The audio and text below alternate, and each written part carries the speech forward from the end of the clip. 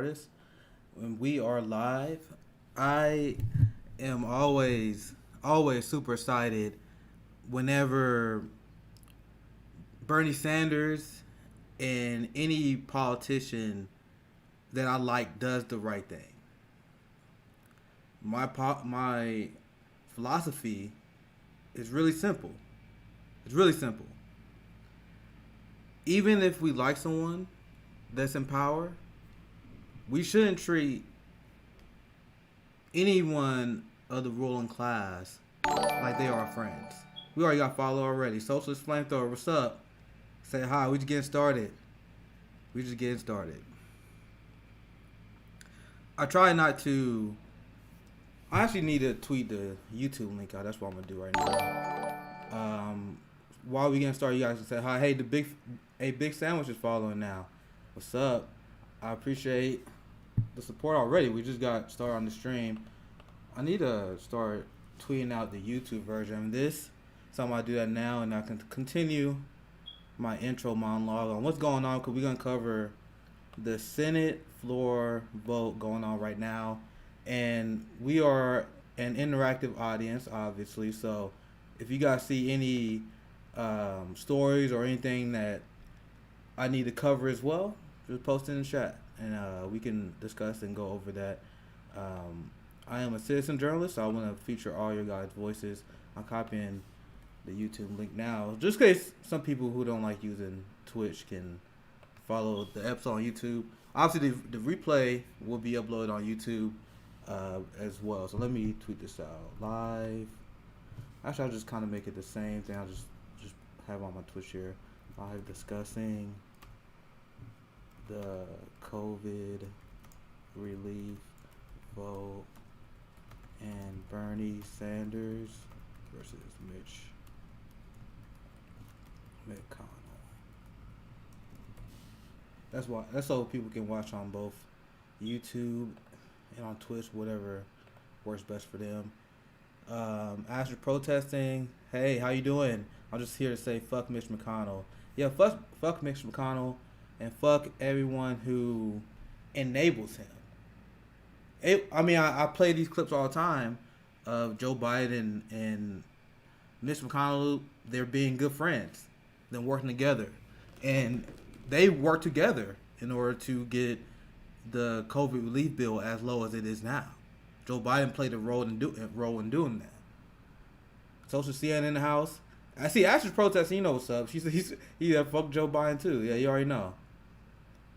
We not partisans around here. Because my criticism of the Republican Party and Mitch McConnell is the same criticism I have of the Democratic Party. There's a lot of people that I agree with, mostly in politics, people that are on the same side as me, but I feel like some people make the mistake of, they were like, okay, so the Democratic Party is awful, so that means Trump is the lesser evil. Like, no. I literally got into the debate with Pasta on his show. I'm like, no, my criticism of Joe Biden is because he's like Mitch McConnell and Donald Trump. That's the key difference I want you guys to understand. And this is why I don't understand liberals who get mad at me when I criticize the Democratic Party. Because my criticism of the Democratic Party comes from a place where I'm saying that you guys are like the people you guys say you're fighting against. Right? What's the difference on ideology? I played the clip yesterday. I had a clip pinned on my Twitter for a long time. Well, for yesterday. Where Joe Biden was praising the fact that him and Mitch McConnell worked in a bipartisan way to get tax cuts permanent. That was something that Barack Obama did that I bring up. Thanks for the follow, Hawkeye. Make sure you guys leave comments. I like to read the comments out loud and address any of your questions, read your stories. So let's engage. What's up, Gregoride? How you doing? Thank you for watching. I see some new names already. I'm very happy. I got some YouTube comments coming in. Bad Wolf. He said we should be willing to criticize any politician, and that's my account in a nutshell. I got 50,000 followers on Twitter this year. mostly just raging at the machine. That's why people. There's a criticism of me that people think I am more than I am. I'm like, my haters build me up more than I do. I've always been clear from day one that I'm just a political and martial art nerd who loves to tweet about politics. I went from a guy who I used to just yell into the void, and now I got people that actually listen to me. I got people that do upload research on me. You guys saw the meme that the liberals made that was a self-own, where they was posting the Kamala Harris is a Mitch McConnell Democrat meme or whatever. And Craig said, "You're the guy that left Twitter." I wouldn't go that far. There's a lot of beastly comrades that I learned from. I'm like literally looking at like my feed right now. Not this one. I don't know how my shoulder got pulled up here. But I'm like looking at the Bernie tab. I was really hyped that Bernie Sanders was trending for the last like 12 hours. This is my tweet I made that's blowing up. I'm salty about this because when liberals and when conservatives attack me for they're like, "Oh, are you mad, bro? You salty?" I'm like, yeah. Me being salty is literally the point. that's the point of what I'm trying to get at. I'm mad because our system is broken. And if you're not mad, you are complicit. If you're not mad, you're complicit. Because if you are a centrist, if you are a moderate in a corrupt, warmongering, broken system, what does that make you? Like, I'm looking at the Zoomers now. People are confused because the Zoomers are either far left or are they damn near fascists. They like, why would you be a centrist in this country? A country that obviously something needs to change. And we can debate on what can be changed, but if you're pushing a centrist ideology, that doesn't make sense to me. If we live in a state that was number one across the board in things like healthcare, education, quality of life, etc., then I'm like, okay, I get the centrist ideology from that point because you want to maintain something that is great. Meanwhile, America is falling behind, and we're like destitute in numbers when it comes to education, quality of life, life expectancy, especially among the black community. These things are horrible. I mean, it's a joke compared to other countries. So if we was in a situation where we was a great country, centrism makes sense. But in this situation, it doesn't make sense. So my race tweet of the day, the fact that America passed on Bernie Sanders twice will haunt me for the rest of my life. And it will. This was our one chance. I mean, I'm very excited we had Nia Turner run for Congress, and she seems like she's going to be a powerful leader. But I told my friends, I told people all the time, like, man, this is our one chance to make a change for shit to get too bad, and we had to have a revolution or some shit. Because revolution, I mean, no one wants that. I need to put the link to my streaming here, because this tweet is blowing up. There you go. I'm gonna say live. You guys know I should advertise more. You guys know that. I barely advertise, so let's go. Live discussing Bernie Sanders and the Democrats screwing him. I feel like if everyone knew the story of how Bernie Sanders was robbed in 2016, we would have way more people radicalized. Because I was talking to my friend, Good Guy Politics. He has a fantastic YouTube channel. I envy me. What's up? I'm glad you joined us. And today, I see Gregorad is putting a lot of great comments. I'm going to catch up on you guys' comments very soon. But if people really knew about the Shadow app and how DNC was complicit in stealing Iowa from Bernie this year, and how Hillary Clinton was literally running the DNC in 2016, controlling press release, if people actually knew what we mean when we say the Democratic primary was rigged, everyone would be more radicalized, and it makes me sick. Because I expected to be much more anti-establishment resistance after Bernie dropped out, but people were pretending that Joe Biden is the lesser evil, and they carry weight for him and carry weight for neoliberalism and downgrade the massive threat and the humanitarian toll that is neoliberalism by comparing it to fascism. They are two completely different evils that must be fought. But it pissed me off when people on the left was apologizing for neoliberalism. Let me tell you what neoliberalism has done. Neoliberalism has destroyed the black community. Our wealth right now is the same amount of wealth disparity at the height of the civil rights movement. We have done nothing but gone backwards ever since we adopted neoliberal ideology. We literally have human rights violation prompted by ICE, prompted by neoliberals. Neoliberals destroyed the Middle East. Neoliberalism led to CIA coups of Latin American countries.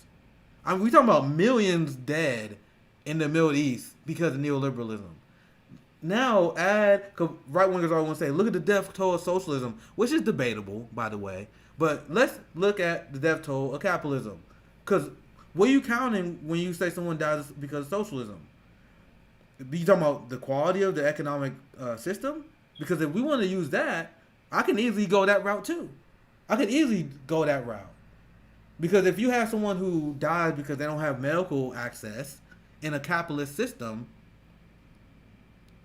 for example, 68,000 Americans die each year because they don't have health care. So if we're using your logic, does that mean that 68,000 people die each year because capitalism has failed them? So now add that up per year. Now add that up during the Obama administration. 68,000, we can round up to 70,000, make it easier. Times 8, that's around 550,000. Half a million people died under the Obama administration because capitalism failed them, despite Obamacare being passed. I mean, the numbers didn't change because the Obamacare was an exchange and power grab by the health insurance companies. People on the left understand that. DD in the house. What's up? Forgiving Chi. I see through you. I see through you. I know who you are. Well, your top knot is growing in poorly. I wish I wasn't so ugly when I grow my hair out, or I could have the afro and top knot we talking about. Man, I got a lot of viewers in here. I'm behind on the comments here. I got my Patreon, PayPal. Please support the show if you're enjoying. Or else you can just follow and subscribe on YouTube for free. That helps me out as well. Your boy is monetized on YouTube now. So my YouTube channel, I'm about to really step it up to the next level. Like you guys gonna see a lot of things next year. I think you guys are gonna be very excited about a lot of projects I'm working on. Boo Communications, how you doing? Welcome to the chat. Did you say why I'm on YouTube? I'm supposed to be on your other site. Wherever is easier for you to use. Right? I got a lot more viewers in this one total now because I actually tweeted my YouTube one out this time.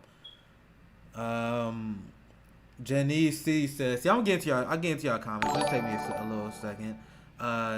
Thank you for the follow. DC Compton Ambrose. I say your name right. Janie said the Dems are worse. Republicans couldn't exist without enabling lying false opposition that is the Democrats. Yes. Nancy Pelosi was pushed to the left by Donald Trump. Don't forget. Never forget that. Carl Shield said, you mad? You aren't? That's always my response. Yep. That's exactly what I said. People be like, you mad? I'm like, yeah, I'm mad. Why the fuck you ain't mad? We're not talking about a game of basketball.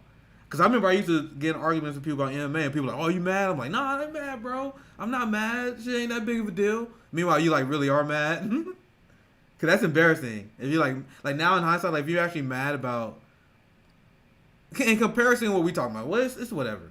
You can, whatever you like, it's whatever. But if you're like hating people and you're getting really mad about sports opinions, like what?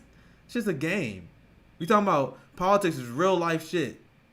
People are really going to die. People are really going to struggle. So yeah, I'm mad. How are you not going to be mad? Fucking, there's that section of the white progressive left, the Vosh viewers, who they tone police me like, oh, he just mad, he unhinged. Bro, I wear my emotions on my sleeve, and I wear it with pride. Because if you are a black American paying attention to anything in politics, I mean, if you're anyone, right? But if you're especially indigenous, Muslim, black, disabled, why aren't you like at the same level of anger I'm at least? Right?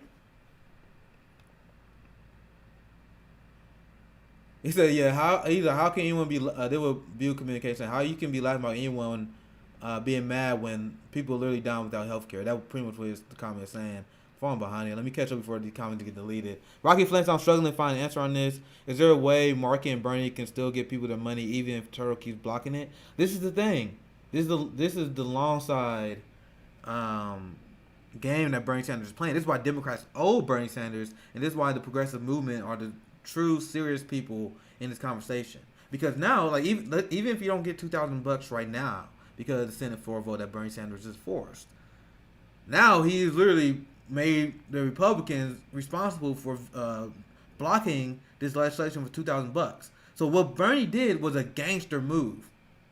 Mitch McConnell, in his entire career, like liberals don't want to acknowledge this, but Mitch McConnell has outdone and destroyed Barack Obama, Nancy Pelosi, Hillary Clinton, Joe Biden. He outmaneuvered them his entire career. Mitch McConnell made them like clowns and fools. Look at the Supreme Court, 63 majority for the conservatives. Barack Obama lost over 1,000 seats during his time as presidency. Donald Trump wins the presidency. Republicans have the Senate for how many years in the last few decades? That's because Mitch McConnell outmaneuvered you guys. And you guys can say that it's rigged. You guys can claim that. But it's your rules. When you was in charge, you guys didn't change the rules. Joe Biden, he loves the rules of the Senate. He loves the rules of the current electoral process that we have right now. If anyone, it's the people on the progressive left who want to change it. You guys are complicit with the rules, and these are the rules that Mitch McConnell crushed you guys in. But meanwhile, look what Bernie Sanders. Bernie Sanders finally got power. He's utilizing the Senate floor vote to force them to stay in session. And now the Republicans are going to take the brunt. Look at the media coverage as it is right now. Look at the media coverage. Mitch McConnell and Republicans are taking a beating. The Georgia Republicans that are running in the Senate race, they literally have to be dragged to the left because of what Bernie Sanders has done. This is how you play politics. But they don't. But this is what the Democrat Party don't understand, because they are complicit and they are designed to lose. They are designed to lose. Look at this. I tweeted this out. Look at this. This is the result of what Bernie Sanders have been pushing and advocating for. Bernie Sanders dragged all these ghouls to the left. And I don't give Trump any of this credit because Trump is not saying shit to Mitch McConnell. It's like people were like, oh, Trump did it too for he said 2000. No, Trump is a bitch. Trump, you had your chance to be the crusader, the anti-establishment crusader, and you back down. You back down. Mitch McConnell terrifies you. You know Mitch McConnell is too powerful. So Trump backed down like a bitch he is. So he can talk a big game about $2,000, but it's Bernie Sanders who actually stand up to Mitch McConnell. I'll take my link on here too so people know I'm talking about this. Talking about how Mitch McConnell got played by Bernie. Cause dumb liberals always saying like, oh, he didn't get played by Bernie. He voted against the bill just like he does against us all the time. You idiot. That's not the point. We talking about politics because now we got this Georgia Senate race. And if they get hurt because of this vote, if Democrats win the Senate, you can thank Bernie Sanders for that. You can thank Bernie Sanders for that because that's exactly what's gonna happen. Right? Meanwhile, what's the Democratic elect Joe Biden? What is he doing? He's a Democratic president-elect.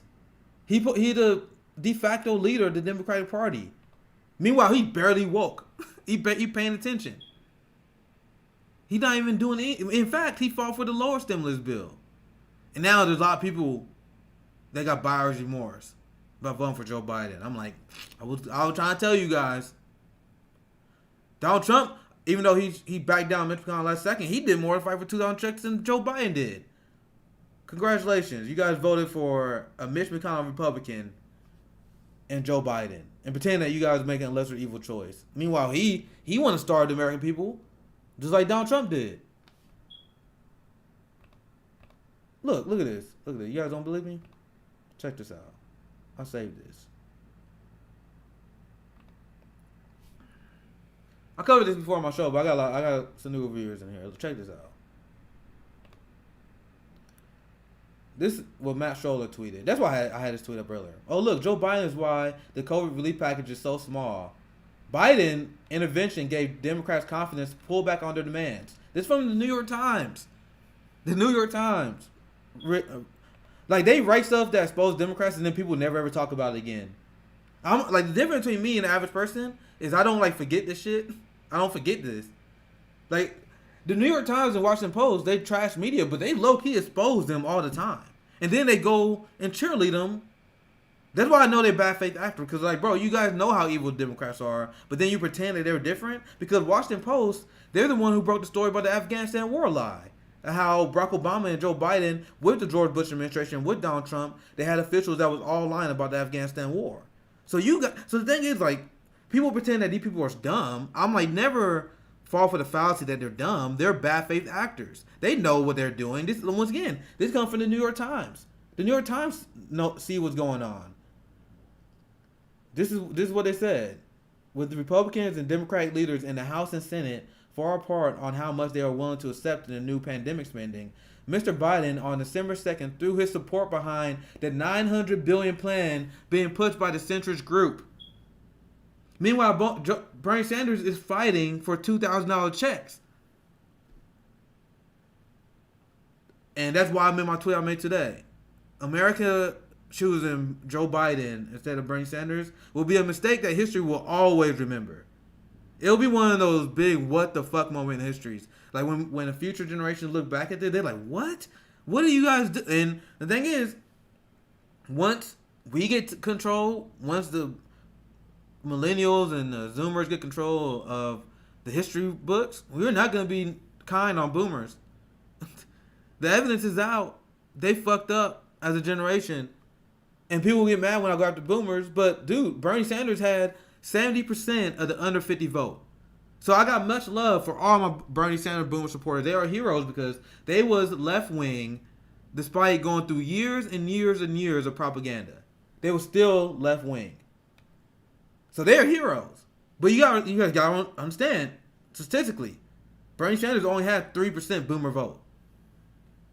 So is it a generalization or is it actually statistical fact that they fucked us?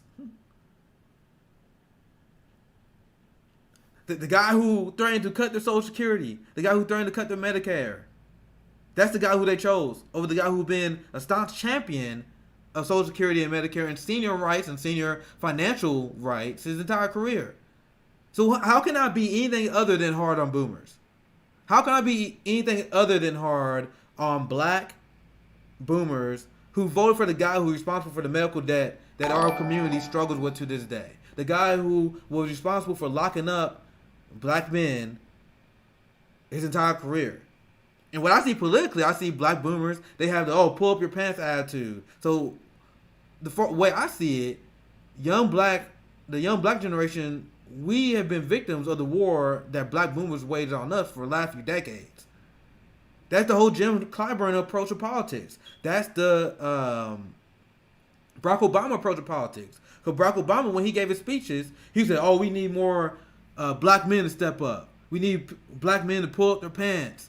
Like, this is, like, people think that's innocent, but that's literally conservative talking points. And that's literally an attack on black culture.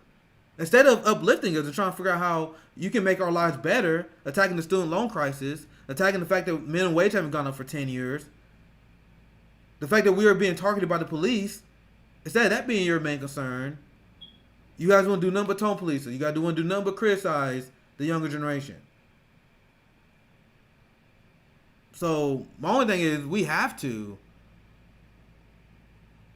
be hard on them because we can't we never seen a generation leave things off worse than their life. Like, you're supposed to leave things better for your kids. They left things worse for their kids, and then they are smug and arrogant about it. Oh, you guys not as financially successful as we was? Fuck you. It's your fault. That's their mindset.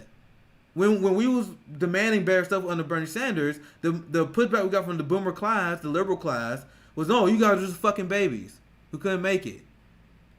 And then, meanwhile, they don't give a fuck about climate change because they know that shit not going to get bad before they die. So if you think I'm too bad on boomers, look at their record. Look at what they done. Look what they left us. Because I made that tweet earlier today. I'm like, bro, if you one of the people that believe that America is one of the best countries, you are no better than me than someone who believes the tooth fairy is real.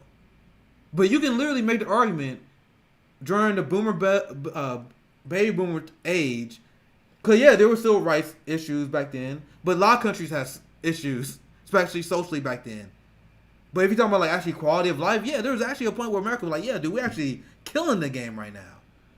Because of what? Post World War II socialist policies that baby boomers benefited from. The New Deal. These economic policies that left wing that we support, the progressive economic policies that boosted up the boomers profited from, and then they pulled up the ladder. And then they say, fuck you guys. So no, I'm not too hard on the boomers. I'm never gonna stop being hard on them. Because they are quite literally the worst generation ever. How do you leave things worse than for your kids than it was for you? I'm way behind the chat here. Way behind the chat here. But that's my main round. I'm gonna get to whatever I was talking about. I was talking about that Joe Biden. That was the guy. He voted for the. Oh no, he didn't vote for it. He literally threw his support and helped get the small deal done, while Bernie Sanders is fighting for the good deal. Damn, I'm sorry guys. I'm really behind the comments. American Groper said Mitch and Biden are the biggest shit eaters on the planet. Yeah, they're literally a team. I got got a lot of viewers right now. This is crazy. Let me tweet it out again. I'm gonna just cause I do better when I tweet on my YouTube one now. Even but I need to hit. I mean, I'm far away from getting my Twitch partnership numbers on Twitch. But if you're on Twitch and you like this, please follow, subscribe. I need to get my numbers up there. I'm very happy. Hit 3,000 subscribers on YouTube. So, and I got monetization finally. So 2021 is gonna be pretty crazy. Anything? I'm gonna say ask me anything, because I'm literally just I'm raging right now. I'm currently raging. I mean, they're not like clickbait, because I'm literally am raging. I'm raging about our political situation and this discourse right now. Almost really forgot to put the link there. Because I know this is like the only way I can get viewers, right? From Twitter. I remember someone told me that they saw me on the recommend tab on Twitch, but if you're on YouTube and you actually like talk about politics, good luck. They never put your shit on recommended. It's all CNN, legacy, propaganda media. Gregor asked, I always love our progressive boomers. Hell yeah. I told a story about the guy I was with when I was in South Carolina, Jay. He was an old school progressive. He supported Jesse Jackson in the 80s. He supported Bernie Sanders' original Senate run. He's an OG. He was a older hippie guy. Great guy. And he was a monster when at canvassing. He was a monster. Ivan Me is black, by the way, before I read this. He said Obama's such a fucking coup. He always wanted us to be white. Ivan Me is black, by the way. That's my homie. Yeah, that's Obama. He governed like a Reagan Republican, like he admitted. And he propped up right-wing talking points against our community. Because he was the one who was like, oh, fathers got to be there for the kid. Well, fathers not there for the kid because they keep locking up black people. We working overtime. They working 2 jobs. People underestimate how many people want to be there, but capitalism literally stops them from being there. Rabbit Fufu said you should have 300,000 YouTube subscribers. Please support the channel. We didn't get there, man. Like I said, 2021. I got a lot of good things planned. Like it's gonna be. COVID like held back a lot of my plans because I was gonna I'll call myself a citizen journalist because I see myself being out there covering like protests. I'll still continue to do my coverage of my canvassing for Bernie Sanders at the time before COVID hit. I was on Status Coup when I was South Carolina. I mean, I had so many things I plan on doing traveling, but then COVID like really messed it up. So hopefully in 2021 or whenever COVID slows down, we can see me expand that way. Alex Smith on YouTube said, I just wonder if one generational wealth trickled down to Gen Xers and millennials, they will be like their boomer parents. I hope not. I mean, cause we've been through the struggle. We understand what it's like. Boomers was incredibly fortunate to have the post World War II investment into their generation. They have free college programs, super cheap housing, super cheap food. I mean, everyone know. I mean, we know how low cost groceries was back then. You can literally have one breadwinner in the house and feed a family. I mean, the concept of me having a kid in my 20s was always lunacy. Like, bro, like, whenever I had any extra money to do anything fun, I felt grateful. And I'm supposed to raise a family like this? Hell no. That was never the plan. So I'm like, this is ridiculous. And once again, I mean, even my mother, we're not privileged, but she got a job that I would never be able to get. No one in my generation be able to get a job where you can take care of 3 kids and have a pretty nice income. I'm not gonna talk about too much about personal life, but that will never happen in our generation. We live in a completely different economy. And if you're someone my age, if you're one of the 30% of people under 50 who voted against Bernie in our age, you must be either extremely privileged or you're a moron. Like, you don't even understand that we don't even live in the same economy that our older generations lived under. You know what I mean? Like, and you try to explain it to boomers, and boomers just assume that, oh, you just lazy fucking millennial. No, dude, it's literally a fucking fact. Like, there were studies, generation for generation, ever since the silent generation, quality of life had dropped. Because capitalism is a failed system, and it always had to extract and always had to exploit somebody. You always had to have greater profits. So if you have great profits and you already make a lot of money, how are you going to continue to make more money? You make more money by exploiting the working class. That's how it works. So things can be great. You can have your boom cycles, but then you're going to get a bust cycle eventually because capitalism need to exploit wealth even more. And then even when we have those busts, our broken capitalist system we have in America, they get corporate bailouts while American people are forced to starve. And Joe Biden is a part of that. He supported trickle-down economics and austerity programs. His entire career, he bragged about being one of the Senate most conservative Democrats. So let me get something. I'm really behind. American gropers say even though the founding father had flaws, the Second Amendment was one of the things they left us as a weapon against foreign threats, but we should consider it to topple the ruling class. Yeah, as a leftist, I'm not anti-gun. As a dumb lib, I used to be, but I know when I look into leftist theory and when I see how the Black Panthers was pro-gun as well. I mean, you can't afford not to be pro-gun if you're a disenfranchised community. But with that said, our system in America is very, very unfortunate because the Second Amendment is not even valid. When is the Second Amendment valid in America? The Second Amendment is a joke. You guys realize that, right? That's why I always like, man, we gotta defend the First and Fourth Amendment. We gotta defend the Second, but I'm not a big fan of the Second because the Second is a joke. Because the idea of the Second Amendment is, okay, we live under a tyrannical state. So it's designed to stop government tyranny. We already live in a tyrannical government. We already have fascist police shooting black men. What would happen if you had a militia of black men like, okay, we decided that the police, we decided the military, and we decided our government is literally tyrannical. So we're going to put up arms against them. What would happen? They would get smeared. They would get killed. They would get destroyed in a minute.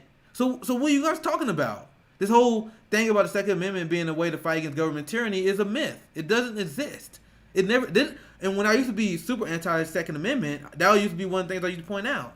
I used to be like, okay, so guns is just a way for the government to come down on us because we can't use guns to come back on them. Because what's more tyrannical than what they're doing right now when they give corporations trillions of dollars?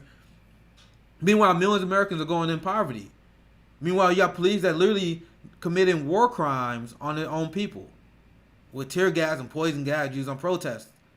How is that not government tyranny? How is it not government tyranny that our federal government executed Brandon Bernard, despite the fact that his original prosecutor and the jury begged for mercy? But that happened to black men. We always execute on death row.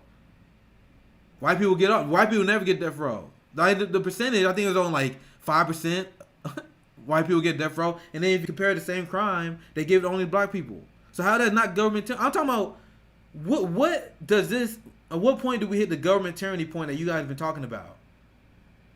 Right. So that's why I always said the Second Amendment is a joke, where we can't even use it based on how it was originally designed.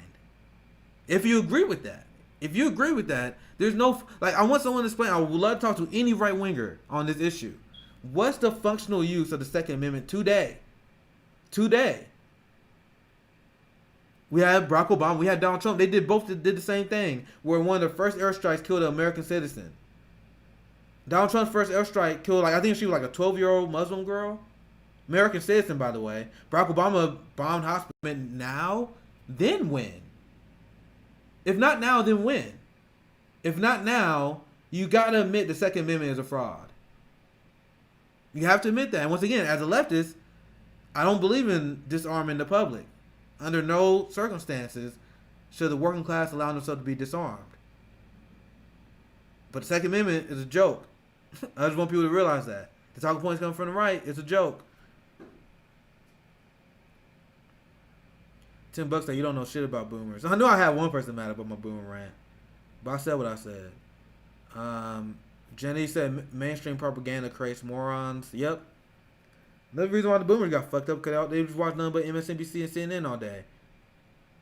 You watch corporate media, you literally less informed people who just don't watch it. Because they at least have, if you don't watch corporate media, you at least have good instincts. Like you can see someone like Buttigieg, you can see one of these full shit politicians. You can, like people who don't watch corporate news, who don't pay attention, they look at them like, fuck you. You're full of shit. That's why most people don't vote. Because they know that people are full of shit. But if you watch CNN and MSNBC, if you read New York Times and all that stuff, they prop up these people as great humans, they're gods, they're amazing moral characters. Even though if they do something wrong, they do it with their best interests at heart. And we know that's bullshit, but that's what they peddle on these corporate news channels. And don't get me started on Fox News. It's the same thing with the Republican Party. So if you literally watch corporate news, I mean, there's been studies done on this. People who don't watch corporate news are literally more informed than people who actually do watch it. Because if you watch corporate news, you be straight up believing in bullshit that doesn't make any sense whatsoever. Like if you watch Rachel Maddow, MSNBC, CNN, you will legitimately believe that Nancy Pelosi has been a progressive fighter for the American people her entire career. Like what? That's the kind of shit they believe. They believe that Barack Obama was a black progressive who fought for the working class, who did his best to end the wars, but he just couldn't because Republican obstructionism. This is what it's a joke, but this is what they literally believe. They believe Hillary Clinton was a feminist icon who paved the way for women by busting the glass ceiling for women in power. She's a feminist icon and feminist hero. This is what they believe. And then right-wingers, they believe Nancy Pelosi, they believe Hillary Clinton are extreme progressives and socialists. Like they Donald Trump and MAGA is shocked they was a one-term president. Meanwhile, they pretend that Joe Biden is some sort of Antifa grandpa. Like super far left socialist controlled by Bernie Sanders. This is the shit you believe if you watch corporate media. And anyone who actually pay attention to the policy, pay attention to what politicians actually do, know who they actually are, the corruption they are part of, you would know that's bullshit. But what I say on my show that you guys have been listening to is considered far out there for a lot of people, for a lot of liberals. That's why blocked by at least 3,000 accounts on Twitter. The thing that estimates is actually undercounts greatly. Cause they can't hear the true anti-establishment opinions of a black leftist, because the black leftist inherently invalidates liberal talking point, because liberal talking point are we're fighting for the black working class, we're fighting for people of color. But when you have someone like me who say no, you guys are not, and this is why you're not, and what I'm saying directly rebukes their economic policy platform and what they actually want to push. That when they were like, okay, we gotta silence them, we gotta shut them up, we gotta smear them, and that's what they do for black progressives. That's what they do. That's why they hate Nina Turner. Once again, this is not just me being too cocky. I'm talking about this is what they do black leftists all the time. I'm just another example. Nina Turner. Democratic establishment hates Nina Turner. They hate Nina Turner. They did everything they can to stop Charles Booker. They did everything they can to stop Jamal Bowman, even though Jamal Bowman won. And Nina Turner tweeted about MLK, and I had a tweet that blew up. I was like, if MLK was alive today, they would smear him as a Russian bot. Because guess what? They did that when MLK was alive back then. When they used to accuse him of being a secret communist and a Russian symbol. They literally did the same thing. They haven't changed their playbook, guys. I want you guys to realize they're extremely lazy. Because, once again, my point I always make is they're there because of nepotism. And they pull strings. So these people are not inherently super smart on their own. So they just follow the old playbook written by more successful and smart propagandists. So they do the same playbook that people did back in the civil rights movement. They did the same playbook then they did on Black Lives Matter. Because they were like, oh, defund police. White liberals, they were, hey, you can never do that. You guys got to calm down. You guys are being too rowdy. That's the same thing they said with the bus sit-ins and the restaurant sit-ins for the civil rights movement. And you know, the bus sit-ins was deeply unpopular for white liberals at the time. Do they tell you that on CNN? Do they tell you that on MSNBC? Nope. And we see them right now with them going after Black Lives Matter and them going after defund the police. It's the same thing that they were doing in the civil rights movement. And you got white progressives, the people that piss me off the most, they fall for it. They're like, oh yeah, I agree with you guys, but I don't think defund the police is the right way we should go. I don't think that's the right slogan. Defund the police is moving, is winning. We're gaining ground. We literally having police departments being defunded all across the country right now. You realize that, right? In Oakland, in Minnesota, in Minneapolis. So when we continue to get that done, we're going to have these victories despite you, not because of you. So there are a lot of progressives that think they're on our side, but you are no different, and you're exactly who MLK was talking about. Because MLK said one of the biggest obstacles towards change is the white moderate. So if you're someone who claims you're on our side, but you think the defund the police movement is going too far, even though we live in a fascist police state that is killing black men, you are the moderate that MLK was talking about.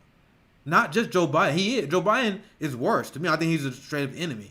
But you're the white moderate. You don't even know it yet. You don't even know it yet. I mean, I wanted to cover this my last show. I'm gonna get on this. Cause check this out. Let's see if I find this link. So I'll see exactly what show you guys exactly what I'm talking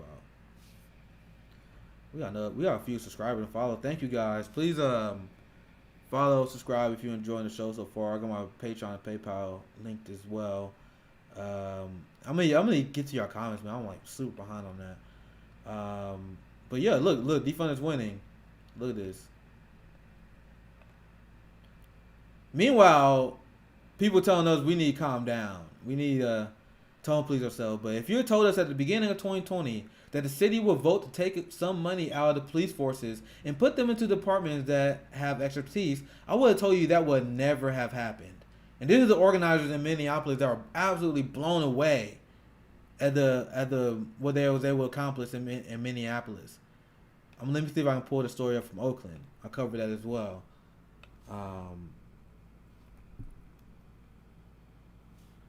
Look at this.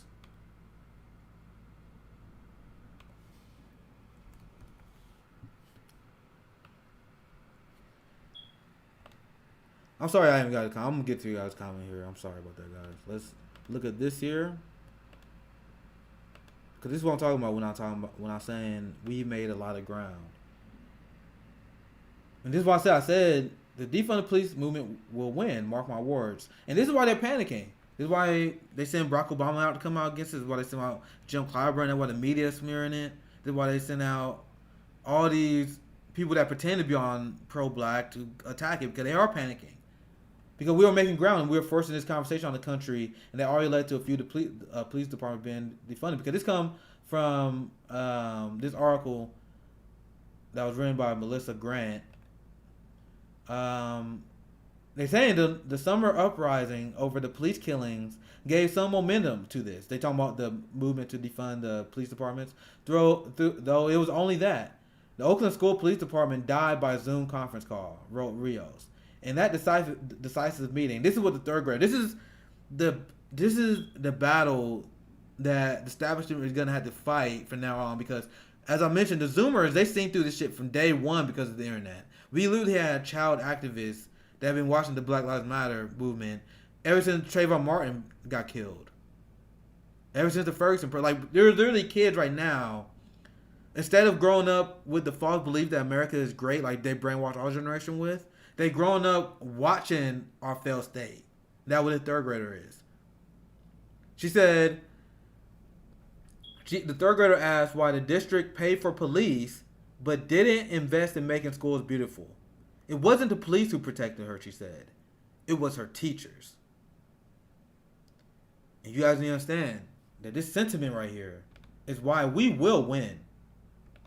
Because there's literally been polling, 538, they thought it was slick. They were trying to be slick on this when they were trying to say defund the police not popular. But there's polling that'll show that if you actually accurately state what we want, we talking about defund the police and reallocate that into healthcare, into education, into mental health services. If you phrase the question that way, it's supported by like 80% of the population. People are like, okay, actually that makes sense. That makes sense. But when you lie and you're like, oh, they want to get rid of the police, they want us to live in a lawless state. I mean, anyone know how polling works. It depends on how you ask the question. Hey, Megan later in the chat. I'm sorry, I just saw you going put up now. All my homies are here. But yeah, I'm like, they know we're gonna win this side of the issue because it makes sense. Because I want you guys to understand, this is I preach on my show all the time, because in order for us to gain momentum, we need to have discussion about this. Which one I give props to Jimmy Dore. Like, people hit on Jimmy Dore, but he one of the few people that actually talk about this issue. I literally see big pages and big people who I like. I like Crystal Ball, but she one of the people like, oh, I think progressives should be careful about defund the police. Fuck you. Like, you understand how movements and progressive movement are supposed to work, right? It works because we literally continue to argue the point. Single payer healthcare wasn't always popular.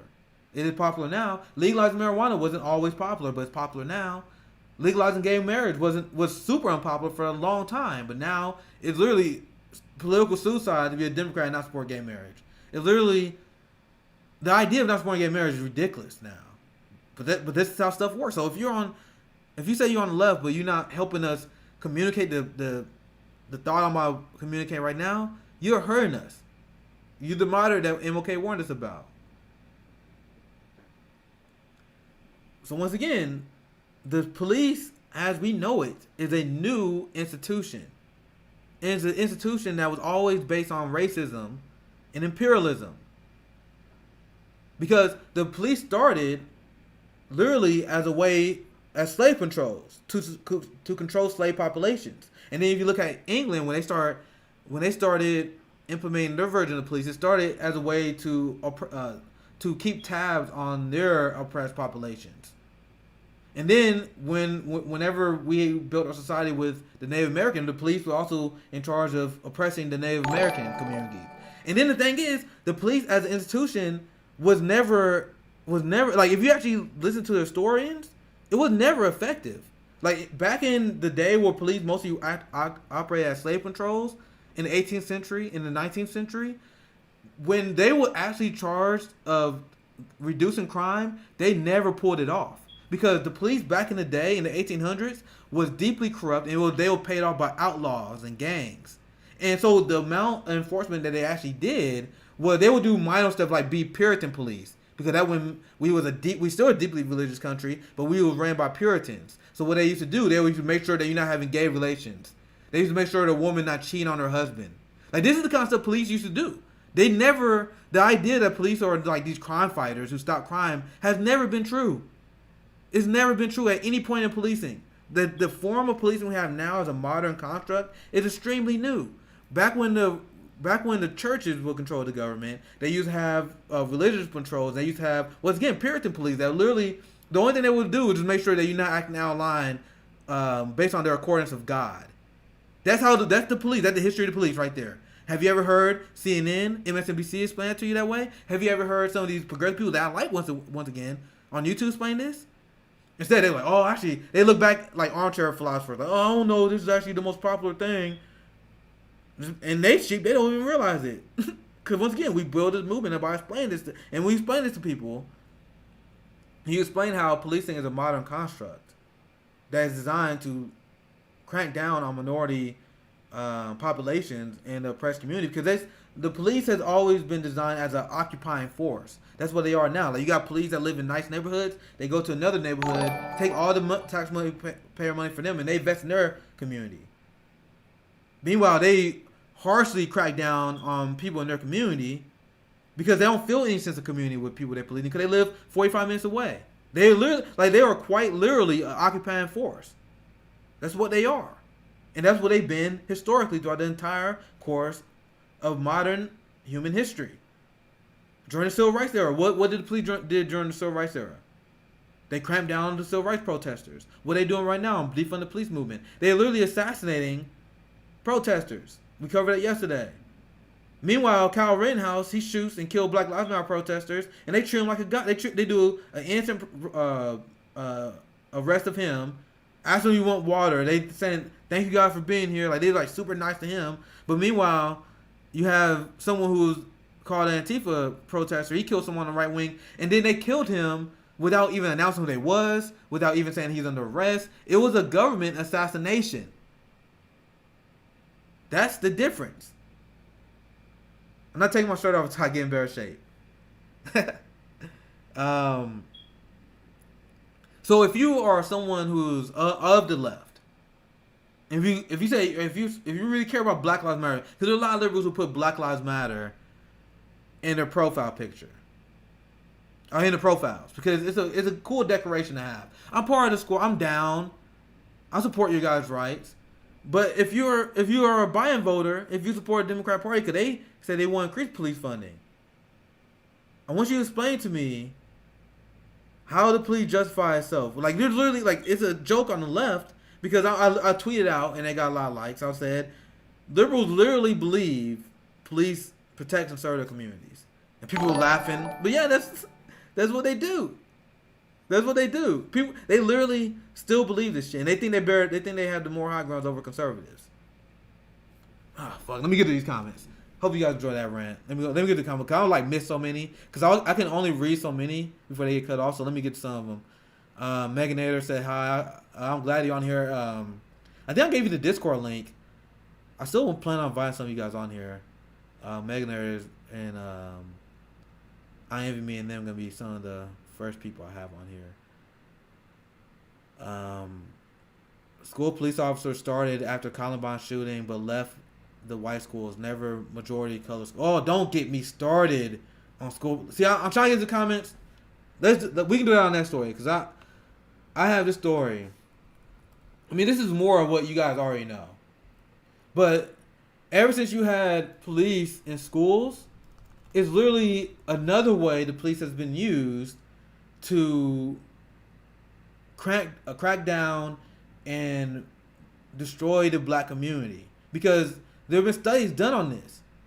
You have black girls and black boys who do the same thing that white kids do, but they don't get arrested. Like, you have a new phenomenon where kids are being arrested at school for simple things like just swearing in class, going off on a teacher, being late to school, they get arrested.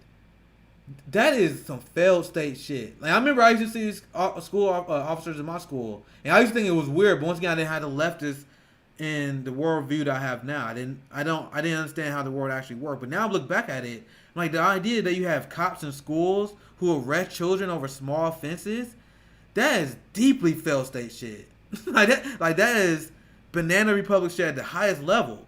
And I have an article saved here I want to go over with you guys. We can probably do it as another segment before I miss more comments. But I mean, I want to go through the numbers where they literally show that this system is literally designed to go after black children. White children, and just like the comment I read, they never go after white children with this policy. It's literally a policy used to design to go after black children and poor disenfranchised children, if anything else. Because I guarantee if you are a white child, the few that they use, they're like, all right, so only white children are responsible for like 15% of this. But I guarantee you that number is poor white kids. It's not rich white kids. I guarantee you that. Guarantee you that. So we don't go through that story. Please don't. I don't want to go through it right now because I want to catch some of the comments. But I'm definitely gonna do a segment on that because I saw an article that broke down numbers on that perfectly. But keep commenting. If your comment got deleted, I'm sorry, but I'm going through them now. So I missed what the rest of you said, but like we said here, K31K Twitch. They have stock in military growing. That's how they personally grow their wealth. I don't remember the first part. I don't know what the first thing you said there, but that's exactly what it is. They all got stock in defense companies. Like Joe Biden picked Michelle Flournoy for defense secretary. She literally worked with defense contractors to help them get bigger contracts from the government. It's insane. It's insanity. It's been a while since I did a tweet. Maybe I should. I'm gonna send another tweet out and let me get to the rest of the comments. Right now, we take a little break from doing segments, and I'll just talk to you guys. I'm gonna retweet that one. I'm gonna post my Twitch. I'm gonna post my Twitch link this time. It seems like the stream is working pretty well. How's the stream, guys? I'm glad. Like, I'm gonna keep going to start messing up. Like I usually go like 2.5 hours. Then once I see it start slowing down, like, all right, guys, I'm out. So I hope you guys having a good time so far. Live now, ranting about our failed state and taking questions. Like, that's why I like when Jackie's on, because Jackie can catch a lot of questions I missed. Like, me and Jackie be killing the game together.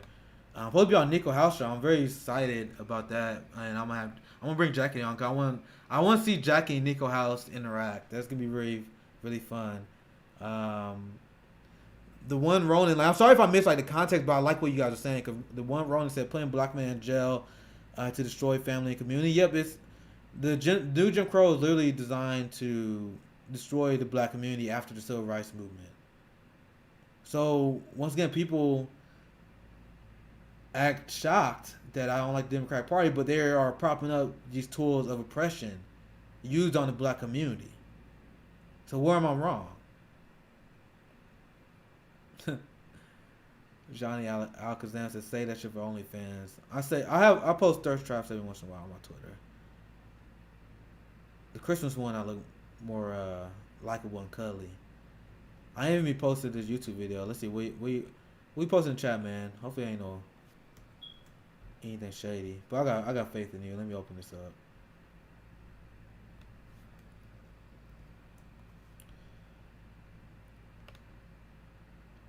But this article also caught on cover because this article that I pulled that quote from that third grader, they talk about the amount of success they had this year because of the George Floyd protests, and only going to get worse, especially as the police continued, as they continue to become more unhinged.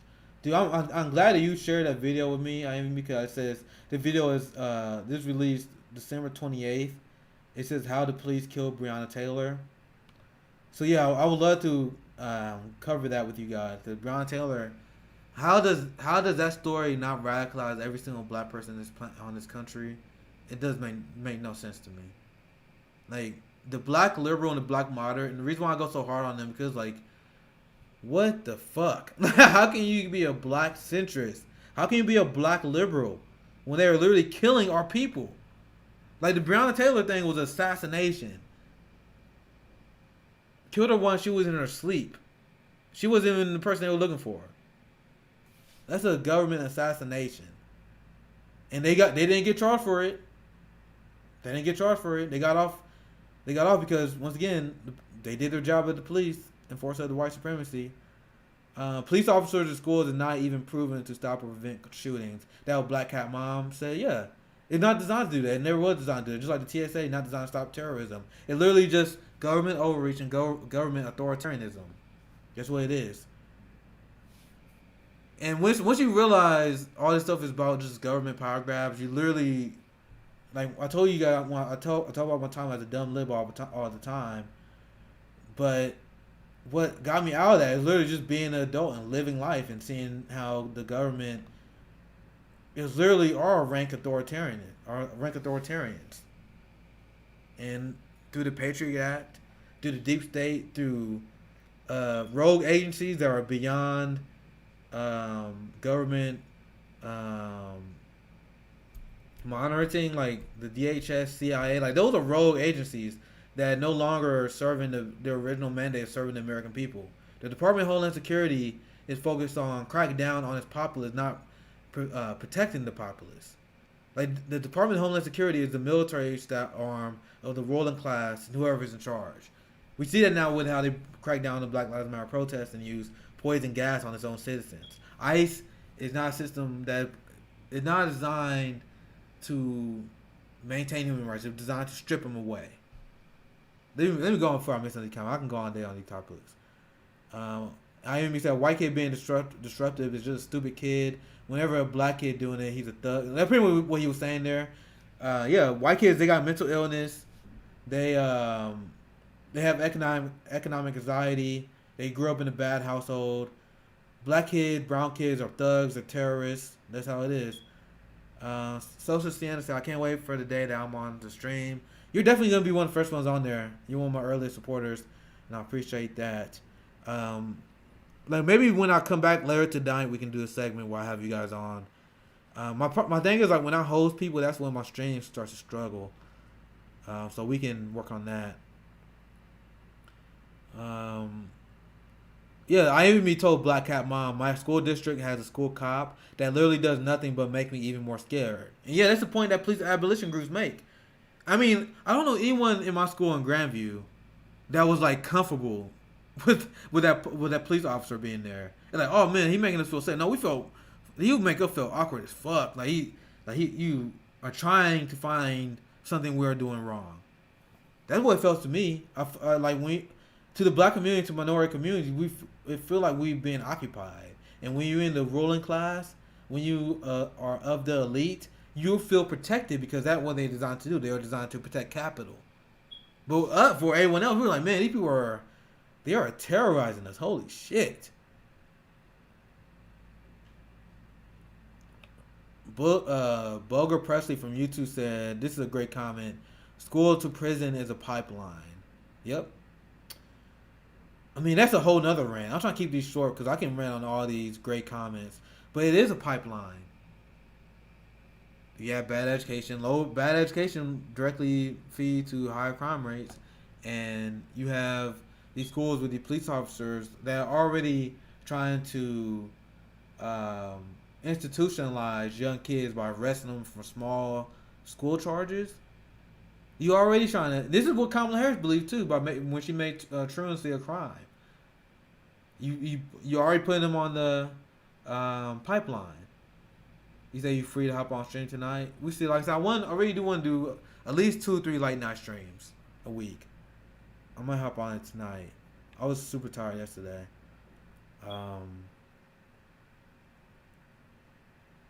Nick the Soldier said, yep, love Nico. Yeah, Nico's a homie. He's always supportive of black leftists. Even if you don't agree with him on everything, which I agree with him on most things, he's definitely a fighter for the working class. Man, I don't know if I should even answer that question. I don't know if I even should answer. You know what question I'm talking about. I want to talk to you later about that one. I ain't answering that on stream. If you want to know what I'm talking about, just scroll up. But I gotta talk to you later. Rabbit Fufu said you got three times more YouTube viewers on the stream than usual, and on a Tuesday, nicely done. Like, so I'm growing. It's a slow growth, and I'm actually trying to do a better time with advertising. 'Cause I used to didn't like advertising a lot, so I'm gonna break that. So I tweeted out my YouTube link on Twitter, so hopefully people will follow it now. So I even put this video on there. It said the myth of the absent black father. Yeah, it's one of the things that you hear and one thing that Hollywood propagate with their media. But then you actually look at the numbers and you look at the societal conditions. You're like, dude, that shit actually deeply racist propaganda that trickle-down economics and conservatives from the Reagan era propped up. And guess what? Our black liberal class and our black celebrities, they hop on it. But the case of black absent fatherhood is directly tied to economic disparity. Like when you look at the incomes of families around the same level, You're dealing with the same thing. So it's not that black fathers are more absent. It's just that we're more likely to be poor. We're more likely to be locked up. We're more likely to have to work the second job. So that's that. If you don't know what I'm talking about, that's a very short intro to how I learned that was a myth and why that is a myth for the most part. Mostly because of the socio-economical situation that we're in right now.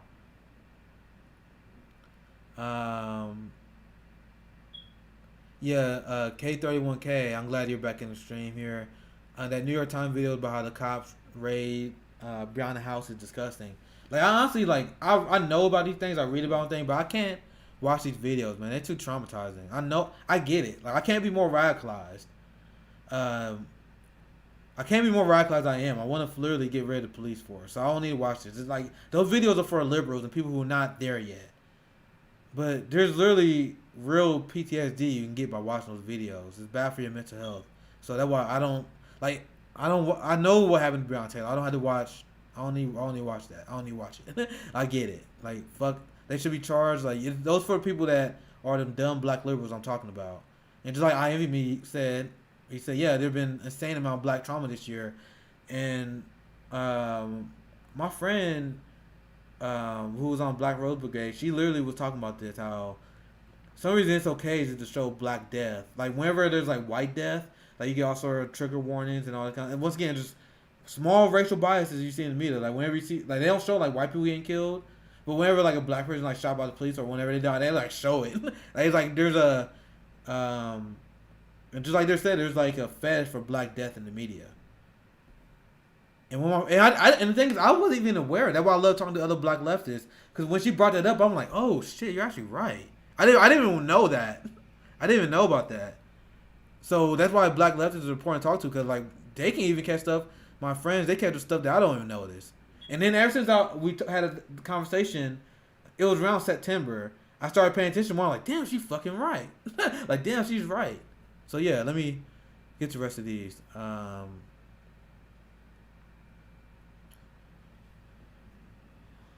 lot of good comments in here. Unless Republicans have a death wish, from American growth.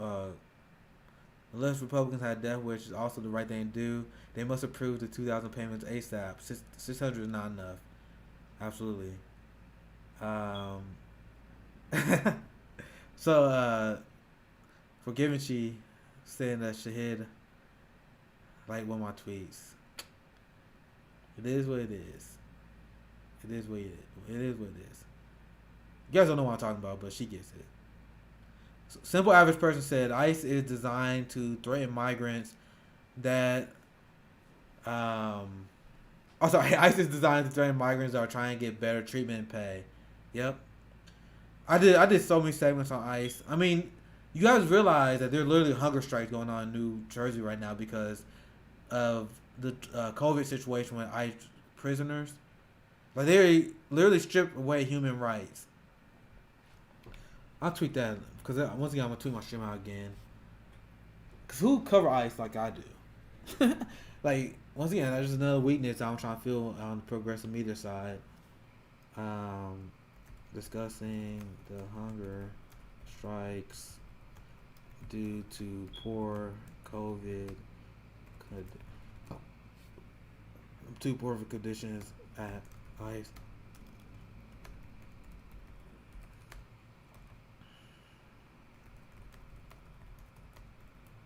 Check me out for that's not. So check me out for regular coverage of state violence and human rights violations, because that's what I do. There's a lot of people that focus more on the electoral side of politics, which is, I cover that too. I mean, I'm covering the Bernie Senate floor vote and all that stuff. But one thing I'm missing is the coverage on human rights, the human rights violation in our states. And I realized that was a big thing missing when I seen people who supported Bernie Sanders and people who are of the progressive left who was apologizing for Joe Biden. The people who apologize for the Democratic Party. And I'm like, oh, we are not on the same side. Like, we agree on the same policies. But you understand, I had the politics beliefs I had because our state is deeply corrupt and it should not be something that should be propped up. Joe Biden is not something that should be propped up. Nancy Pelosi is not something that should be propped up because they are deeply corrupt and they are complicit with state violence like ICE and our military-industrial complex. So you guys are on the same side of me in terms of economic rights, but you guys are missing a big part of the puzzle when it comes to fighting for disenfranchised community, people of color, the people who actually be harmed by ICE.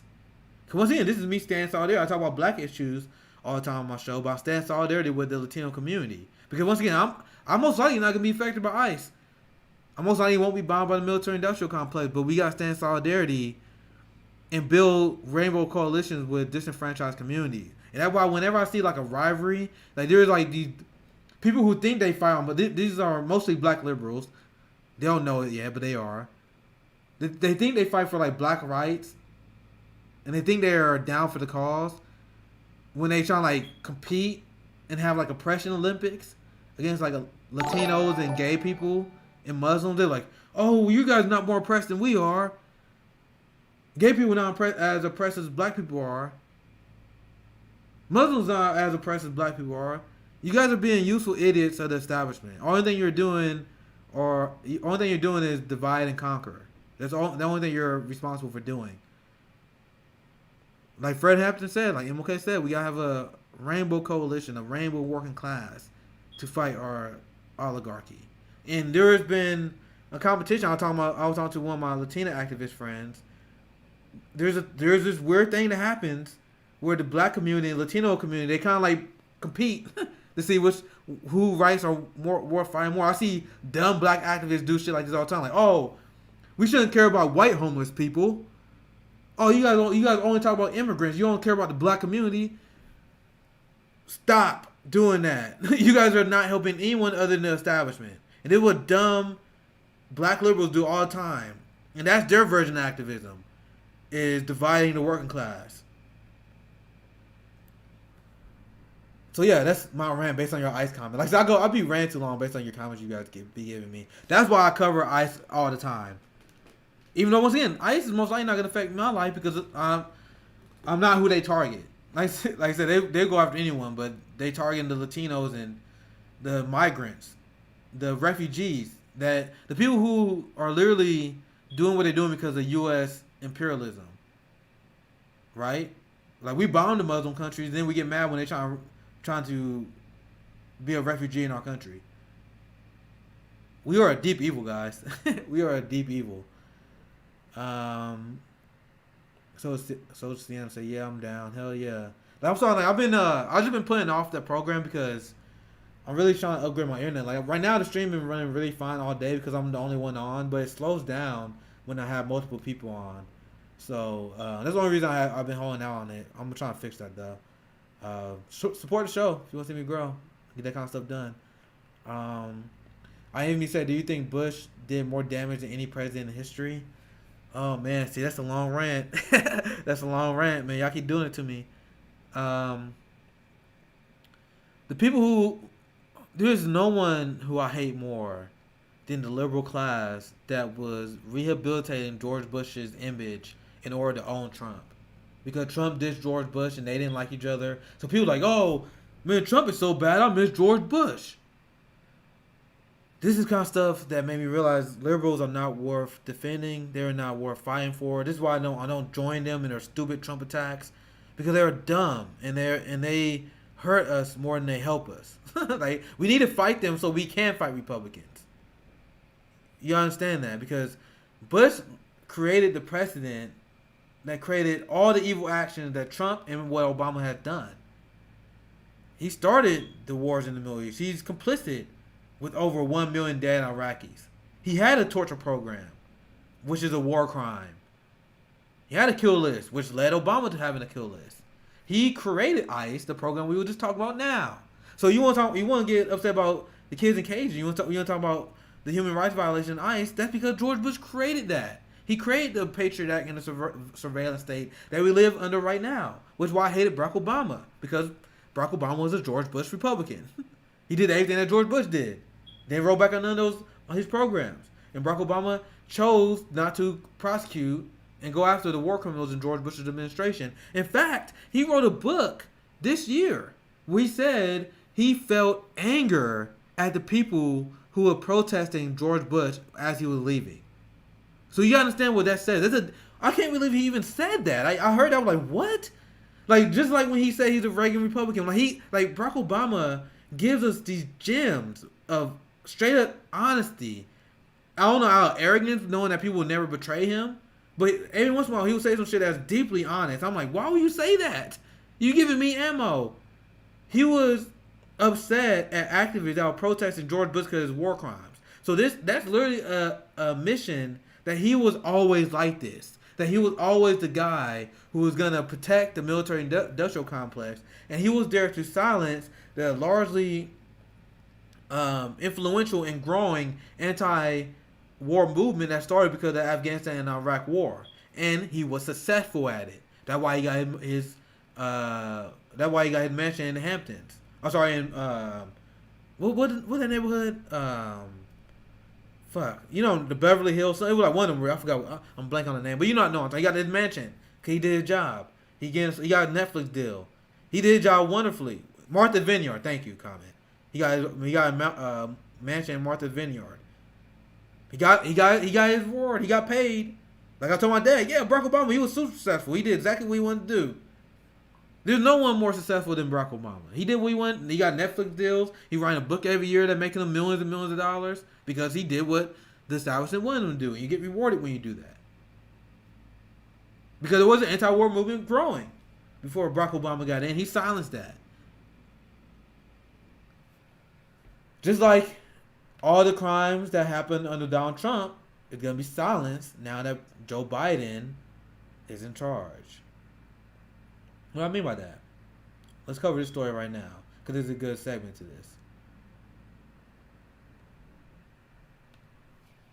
Look at this. I'm gonna tweet. I'm gonna do this segment out. Covering how the media admits they planned on being soft during the Biden administration. Should I do my? I don't know if I should put my YouTube link or my Twitch link on here. I guess I'll do YouTube. Oh, almost put the wrong link in there. I'll do Twitch. I think my YouTube stream is doing pretty well. I don't know how Twitch is doing. But let's do that segment. I'm sorry. I'll try to get the many comments I can. Thank you for the follow, Dr. Soviet. We're about an hour and a half in. I think I can do this last story and we can get ready to wrap up. And I can see if I can join live again later this evening. We can see if we can do that. But I'm having a fun time, so I'll do my last official tweet out advertising the stream. So check this out. I had so much pushback throughout the course of the primary, ever since Bernie Sanders dropped out, ever since the start of the general election.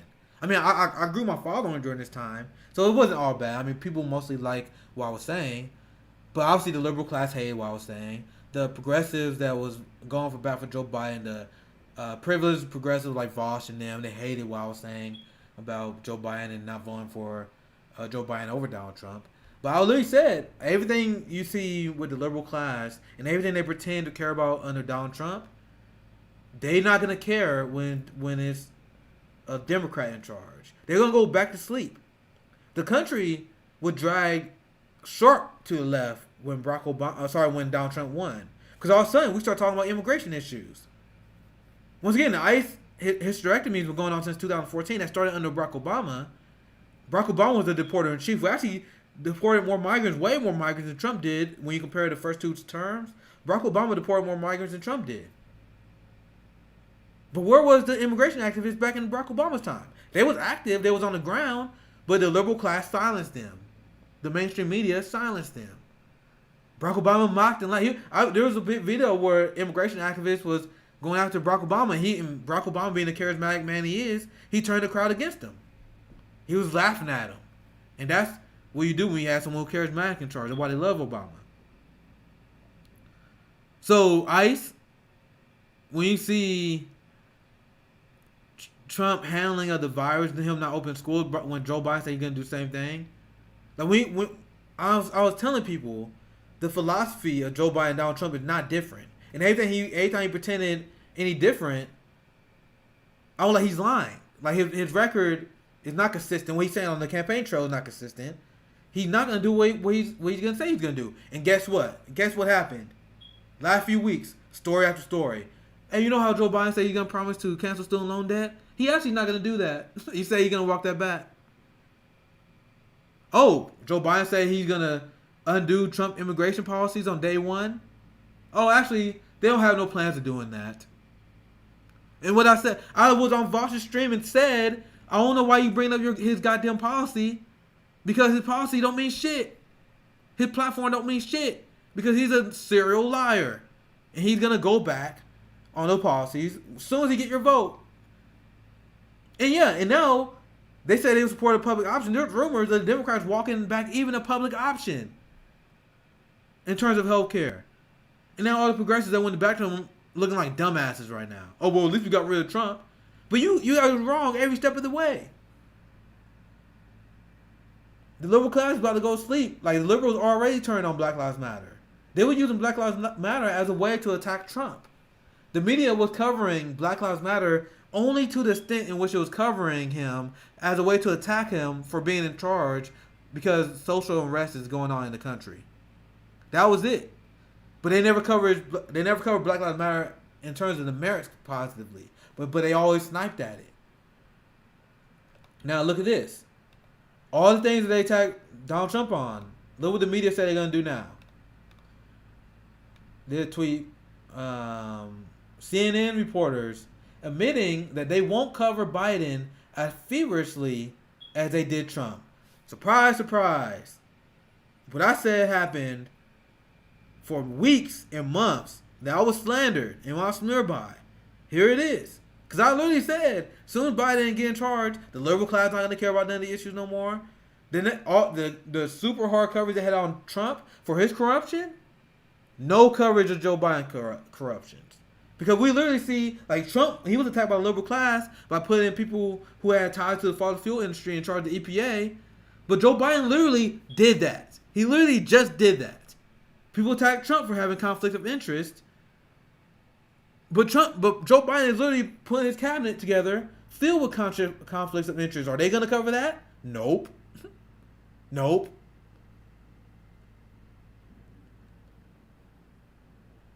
I have another thing I want to pull up. Let's see if I can find it. I'm going to read this and I'm going to go back to reading this. Because this goes right into what I'm referring to here. Talking about Joe Biden's corruption. Let's see if I can find it. See, this is a story on Joe Biden says he unlikely to cancel $50,000 of student loan debt by executive order. So you understand why he said that? That means he said he's not going to do it. I hope you guys realize that. Because even if we have a Democratic Senate, there's enough conservative Democrats who block that from happening. So what he's saying right here, oh yeah, what I said I was going to do? Nope, not doing it. But what was the progressive Biden voter advocate saying? Oh, you don't want to vote against Donald Trump? You don't want to vote for Joe Biden? He at least want to cancel student loan debt. You don't actually care about change. No, I actually paid attention. I actually know he was lying from day one. Anyone with a brain knew the guy who was responsible for the student loan debt crisis is not serious about fixing it. It's not hard.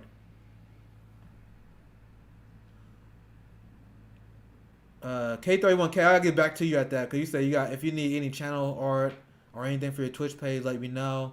I don't know if you got my Twitter, Socialist MMA, but you should PM me on there. I need to get back to you on that because I definitely need more art and all that. But this is the guy they're not gonna cover critically. I want to see if I can find a story about Biden conflicts of interest in his cabinet.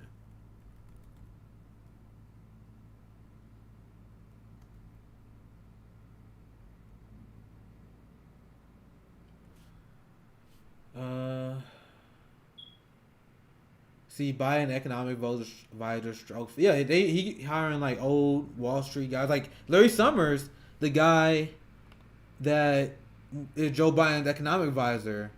He's arguing against stimulus checks. That's the guy. That's his economic advisor. And this is a great tweet by David Sirota. Check this out. 78% of Americans support $2,000 checks. And yet, the New York Times columnist, Paul Krugman, wants you to believe that the initiative is divisive. And this is what Larry Summers, this is a tweet that he pulled out. This is what David Dane tweeted. 78% of Americans support the issue. 17% of broken brain Americans oppose the issue. I guarantee you that's the upper class. I guarantee you that. The white upper class. Larry Summers is part of that 17%. I hope you guys realize that. Larry Summers, Joe Biden's economic advisor, is to the right of 78% of the population. And progressives say he was the lesser of evil. This Paul Krugman said, a Democratic operative, a big Joe Biden bro. The proposal for $2,000 similar checks is divisive. It's not simple, and not simply left versus right issues. There's actually a lot of disagreement among progressives, with people like Bernie Sanders very pro, but many not on board. So I want you guys to realize that these liberal establishment media ghouls are liars, just like Fox News. No different. People get mad at me when I said there's no difference between Fox News, CNN, and MSNBC, but this is just like Fox News, and there are people lying. Once again, my man Schroeder, caught him in a lie here. Vast majority of American people support stimulus. All the squad support additional $2,000. Like when he said progressives don't support the issue, who are you talking about? He gaslighting because he wants people to think that Neera Tanden is a progressive. That's what he wants you to think. This is the media people that we are gonna have to fight throughout the entire course of Joe Biden's administration. See, look, this is from the story. The drama made him famous. I think they're talking about Acosta versus Trump. But then they asked him about how he's going to cover his administration. He said, I don't think the press should be trying to whip up the Biden presidency and turn it to must-see TV in a contrived way. So the thing that the media did during the Trump era, where they did nothing but cover Trump 24/7, he said, oh no, we shouldn't do that about Biden and his administration. And it get worse, because look what we explained. He'll explain later why we shouldn't do that. It's literally shit. And he said, if that sounds like a double standard, Acosta told me, trust me, it's not partisan. It's a matter of professional solidarity. Like, these people are literally out in the open being corrupt pieces of shit. He said, in his view, Trump's campaign to discredit the press has constituted a nonstop national emergency. So, Trump, because he called out the horrible media, which, trust me, Democrats do the same thing that Trump is doing. With Nancy Pelosi, like, remember the Nancy Pelosi interview with Wolf Blitzer? Wolf Blitzer is an establishment hack. But he did the one time he asked Nancy Pelosi very softball questions about how she failed to negotiate a good stimulus check deal. She attacks him. She attacks the press. She's like, oh, you just copying Trump talking points. Whenever Democrats are asked tough questions like, oh, you must be a Trump apologist, they do the same thing that Trump does. They do the same thing. But so pretty much he is admitting that the only reason why they covered Trump the way they did because Trump hurt their feelings. Trump hurt their little feelings. That's why they was obsessed with him. And you guys and people think the media are good faith actors. Damn, man, I'm so mad I'm missing these comments. But this is I gotta finish this segment here. What he said. If being at the White House is not an experience that might have, he talking about blah blah blah. That's not that important there. But this is the crazy thing. Daniel Dale. This is what he said, and this is so crazy that he would say this. He said it will not be a 24-hour, 7-day-a-week job to fact check Joe Biden the same way he did Trump. And he said because he stressed that Biden doesn't lie nearly as often as Trump does. Pause. Anyone who followed my channel, anyone who followed the progressive left, anyone who followed Joe Biden's career would know why that's full of shit. Joe Biden, just in the course of this campaign, lied, and this is something that the media didn't cover because, once again, they don't treat Biden, they don't treat Democrats the same way they treat Trump. Joe Biden literally lied multiple times at black stops in South Carolina and doing his rallies and when we're talking debates on town halls and debates, he say, "I was part of the civil rights movement." No, you wasn't. You actually sided with the segregationists, with Sean Thurman, the racist Democrat. Like you sided. You did the exact opposite of what you said you did. Is he said he was a civil rights activist, but in fact, you literally passed legislation in the 70s that was anti-busing. The same thing that your vice president, Kamala Harris, attacked you on the debate. But now, it's okay now because she's the vice president now. He lied about being arrested with Nelson Mandela protesting apartheid in South Africa. How is that not a Trumpian lie? How is that not a Trumpian lie?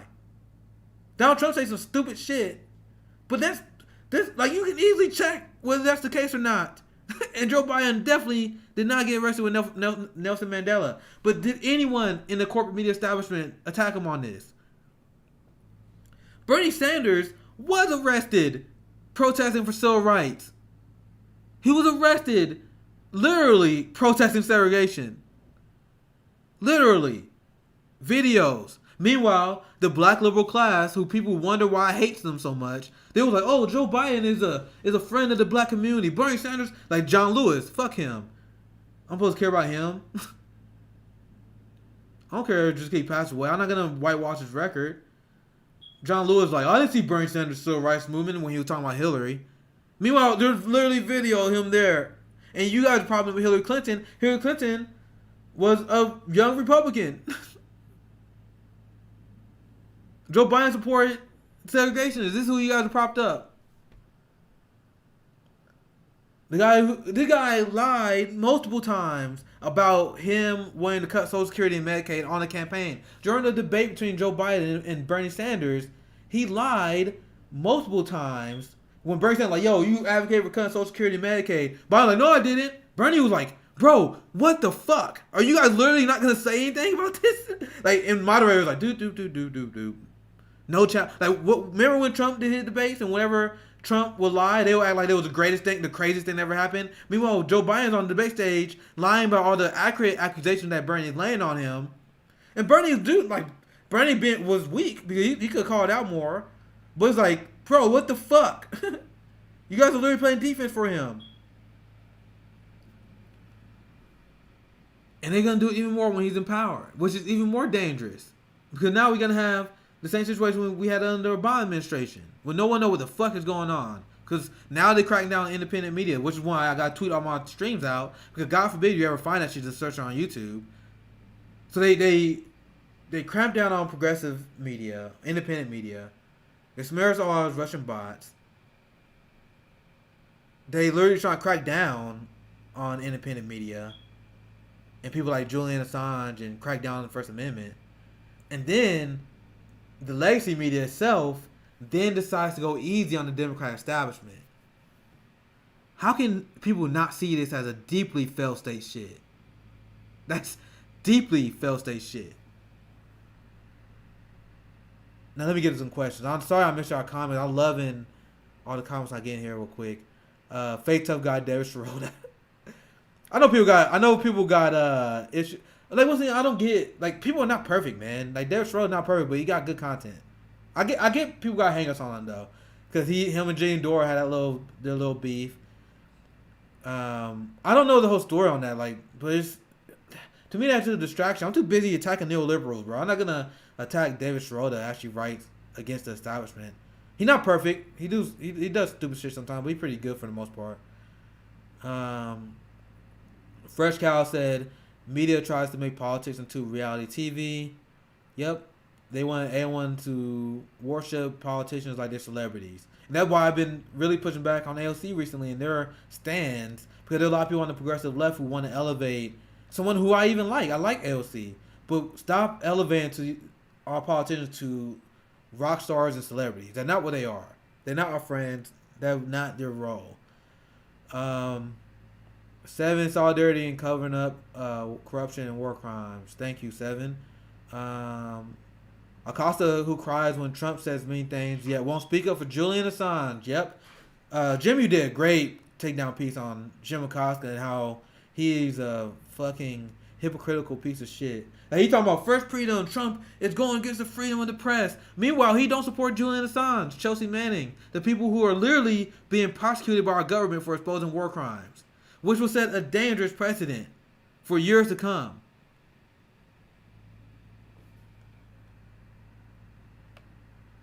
Bree is in the People Party. She's awesome. Will you ever go on Bree's podcast? Would I ever? That's the dream. Hello? That's the dream. Being on Brianna Joy Gray's podcast. She one of my favorite people on Twitter, and she one of the people who she followed me, and I was like, damn. I gotta make sure I was like, man, I gotta make sure I don't say anything that'll make her unfollow me. She's amazing. I really hope that I'll be able to get on her show one day, or at least do some sort of corroboration with her, because she likes and retweets me sometimes, and I kind of fanboy whenever it happens. K31K, anyone who organizes on Slack is not progressive. That's an Amazon. That's an Amazon company. I didn't even know that. They didn't invite Dina. They invited celebrities. No, yeah, that's a very powerful critique, K31K, about organizing on Slack. IMV Cornel West is literally pro-black as fuck. Probably the most current pro-black activist. They won't know how I feel about Dr. Cornel West. He's my hero. And he's the guy, when I canvass and talk to people, like, people think I am unhinged on Twitter, which is probably true. But when I actually talk to voters, people say I'm good at talking to voters, because I try to channel what Dr. Cornel West does. And Dr. Cornel West is the guy who broke me out of my Obama spell. Like, he did amazing work when it comes to getting people to go against Barack Obama. Man, I got so many good comments. I appreciate you guys. So many good comments in here. I'm almost certain no random person walking down the street knows about Cornel West and Brianna Joy Gray.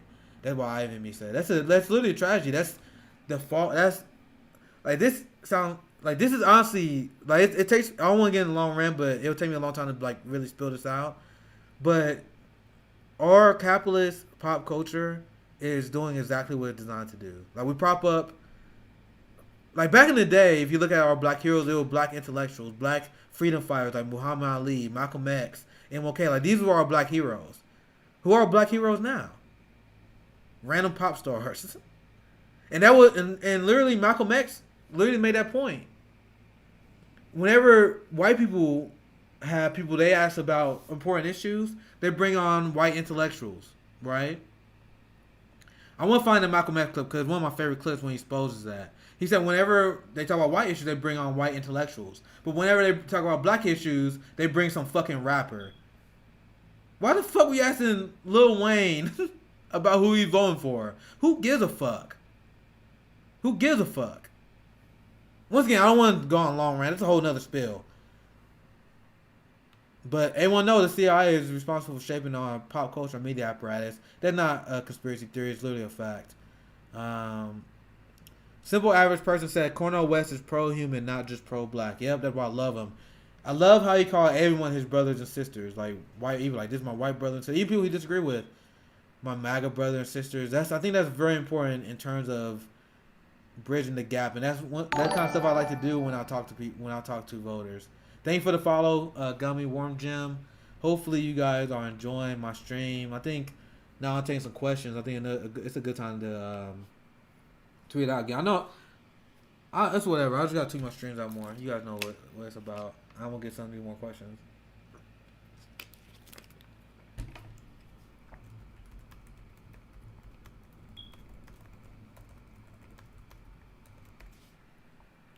This one, that's too simple. I'm just taking questions. Check me out. Yeah. Oh, that tweeted pretty well. I said, bro, like, my channel, I'm talking about ICE and human rights violations. That's why I do. That's what we do.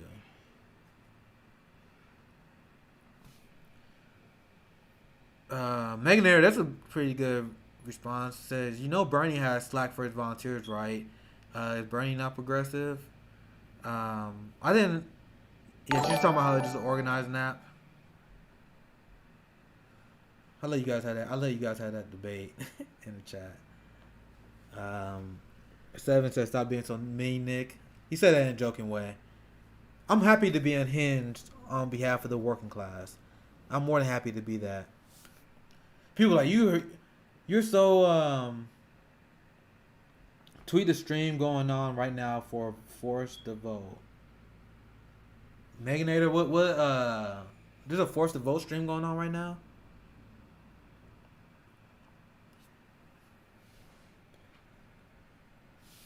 I mean, I gave my take on force the vote.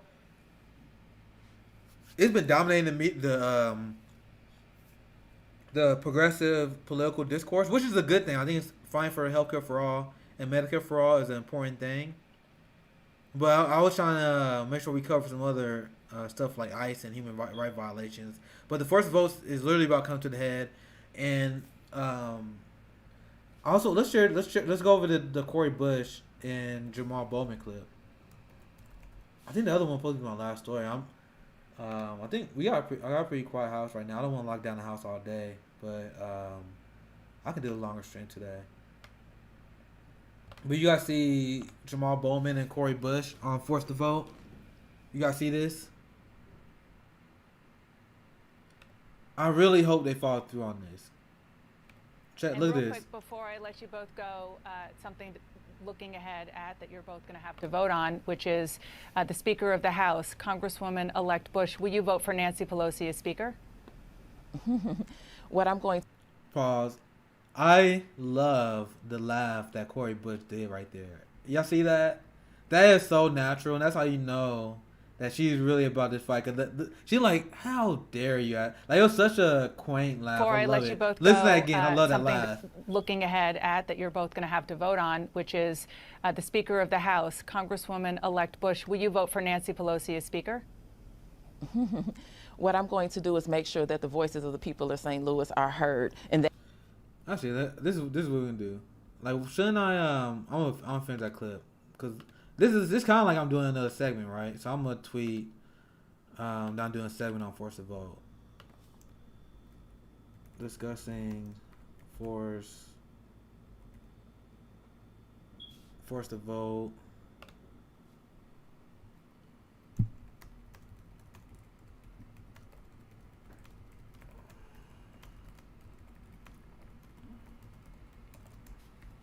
I think that'll get people interested. People love talking about force to vote. So people ask me about this shit every stream. Once again, I think it's an important issue. Don't get me wrong, but I will try to cover other things too. But we can do the force to vote conversation right now. So this is Cori Bush. And Jamal real quick, Bowman. before I let you both go, something looking ahead at that you're both going to have to vote on, which is the Speaker of the House, Congresswoman-elect Bush. Will you vote for Nancy Pelosi as Speaker? What I'm going to do is make sure that the voices of the people of St. Louis are heard and that we have what we need. And so you'll find out then.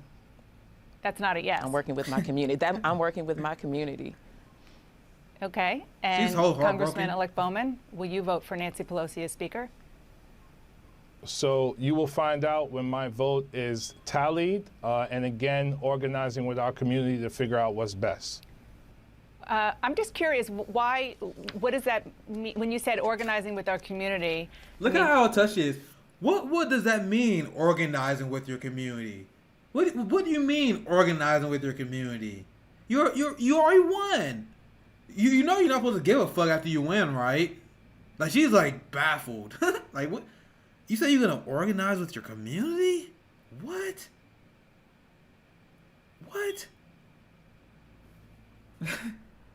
Like, she cracks me up on this. This Dana Bash, right? I hope I got the name right. What do you want I don't know. I don't watch CNN that much. I don't know all of them perfectly. I think this Dana Bash. She cracks me up in this. Hear from them real quick in order to make your decision on whether Nancy Pelosi should be the Speaker. Well, you need to hear from her. We need so to hear. for me, go ahead, Cori. Jamal. No, well, for me. Go ahead.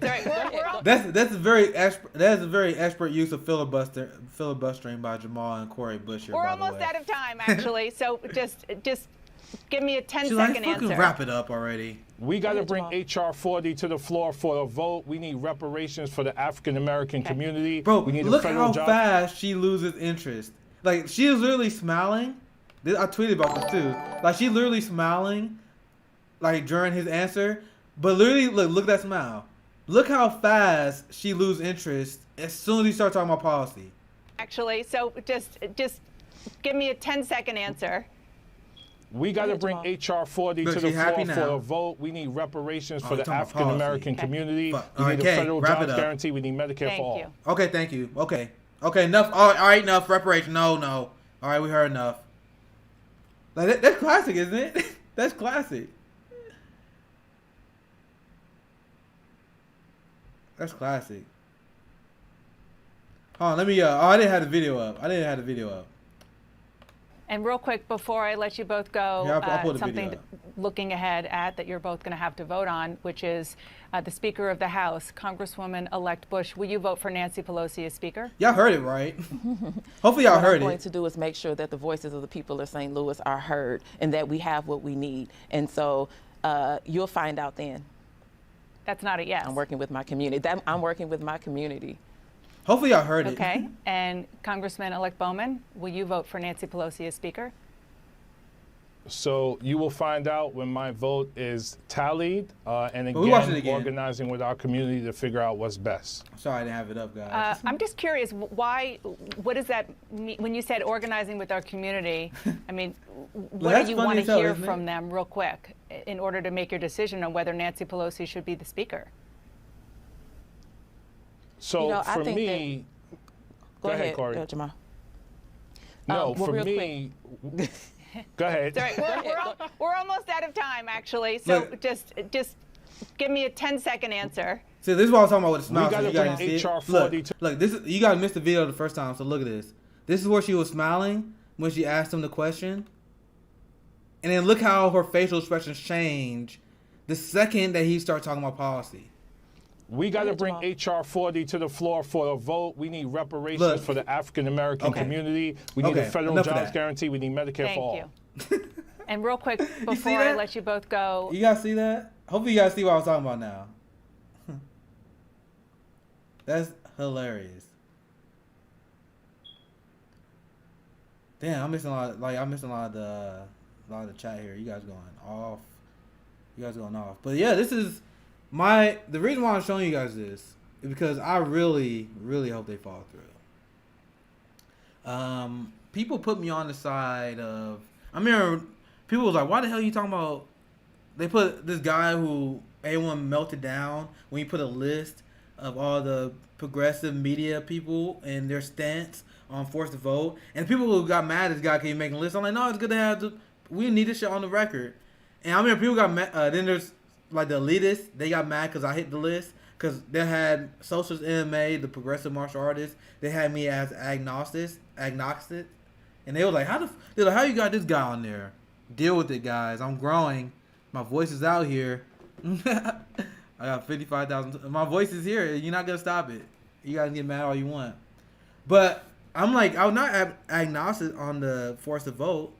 I think we should take all our shots when it comes to challenging power, and we should utilize the progressive power that we already have right now, right? So of course I'm on for force to vote.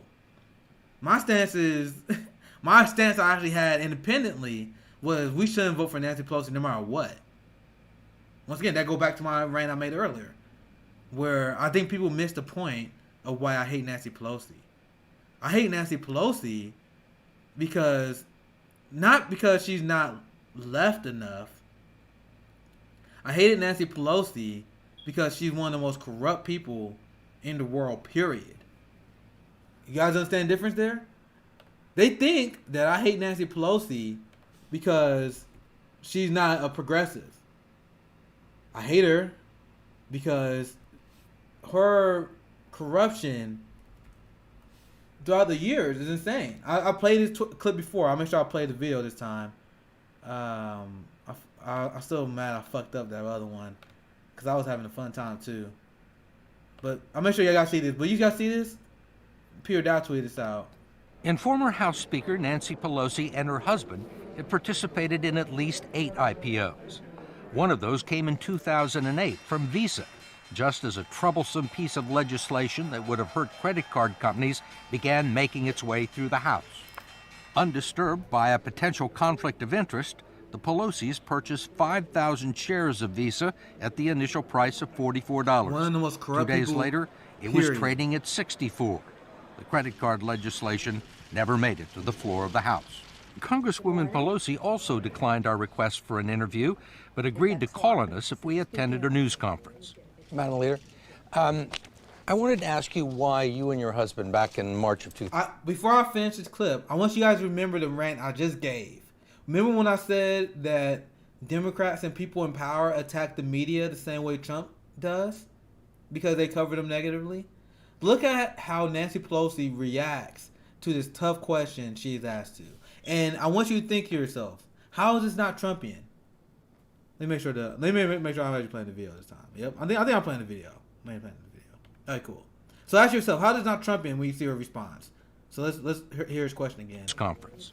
Madam Leader, I wanted to ask you why you and your husband back in March of 2008 accepted and participated in a very large IPO deal from Visa. At a time there was major legislation affecting the credit card companies making its way through the House. And did you consider that to be a conflict of interest? I don't know what your point is of your question. Is there some point that you want? He asking you about the conflicts of interest, Nancy. We know, you know what he's talking about. She is filibustering right here. This is what corruption looks like. What you make with that? Well, I guess what I'm asking is, do you think it's all right for a speaker to accept a very preferential, favorable stock deal? She is sweating. You participated in the IPO. Well, I have many and at the time you were investments, Speaker of the House. You don't think it was a conflict of interest or had the appearance of a conflict of interest? It only has the appearance if you decide that you're going to have elaborate on a false premise. But it's not true, and that's that. Look, I don't understand what part's not true. Yes, sir. That I would act upon an investment. How is that any different from Trump? I'm asking you guys. How, like this lie that she's doing right now? This blatant lie? How is this any different from Trump? Yes, sir. Congresswoman Pelosi pointed out that the tough credit card legislation eventually passed, but it was 2 years later and was initiated in the Senate. I will hold my record in terms of fighting the credit card companies as a Speaker of the House or as a member. No, that she always says as the ending. I hold my record against anyone. Member of Congress. That's the neoliberal tactic of answering a question. Whenever Joe Biden is accused for being anti-black, I hold my black record against anyone in Congress and Senate. That's a trained response, guys. That's a trained response for corruption. Let's look at the. Let me catch up on the chat since I just finished that segment. I even said AOC has so much potential. Damn it, AOC. The thing is, AOC still has potential. She still has, like, she can still do the right thing. And the argument that pisses me off the most that progressives made about Joe Biden is they were repeating the lie that we can push Joe Biden to the left. Right? They say that we can push Biden to the left. I already knew that was you were full of shit when you telling me that. We can push AOC to the left. And that's what I want people who are super anti-AOC to realize. And you gotta know I go after AOC stands all the time. AOC stands are pretty goddamn annoying. I ain't gonna lie. They're kind of like the progressive K-Hive at this point. But the people who are canceling AOC, the people who say they wouldn't vote for AOC if she was running for president, you guys are, I think I attack you from the right. I think you guys are out of your mind. Because we can push AOC and squad to the left, especially once they get new members. So I understand, like, she's been disappointed. Her first term, I would say, it's been overall disappointing based on what I was expecting from her. But I think we could push her to the left. That's why we should be aggressively trying to do that, and that's why we should still keep our mindset in the right place when it comes to AOC. Like, all right, she's fucking up here, and when she fuck up, we attack her when she fuck up, but she still can do the right thing. She still can be the person we wanted her to be. It's only been one term, guys. But with that said, I will never take it easy on them. And we just watched the Cori Bush and Jamal Bowman clip about Nancy Pelosi. And I gave them a lot of love when that clip came out. But you guys know how I am when people disappoint me. I really hope that they don't disappoint. Sarah Lee said when Jamal Baldwin said reparations, her face went from to. That pretty much what it did. Like, I was cracking up when I saw that. Like, I feel bad because when I first showed the video wasn't up. But that's actually hilarious. I won't show that part just one more time. I let you both go. Something looking ahead. I don't have to show the whole clip. Have to vote on, I'm going to show the part where the Speaker of the House. This is CNN in a nutshell. CNN immediately loses interest on policy whenever policy is brought up, they immediately lose interest. Pelosi Look at the her. Speaker. I So for think me, go ahead, Corey. Jamal. No, for me. Go ahead. Sorry, we're almost out of time, actually. So just give me a 10-second answer. We got to bring H.R. 40 to the floor for a vote. We need reparations for the African American. Bro, look how fast her face changed when he brings up reparations. Like, you see that? H.R. 40 to the floor for a vote. We need reparations for the African American community. We need a federal jobs guarantee. We need.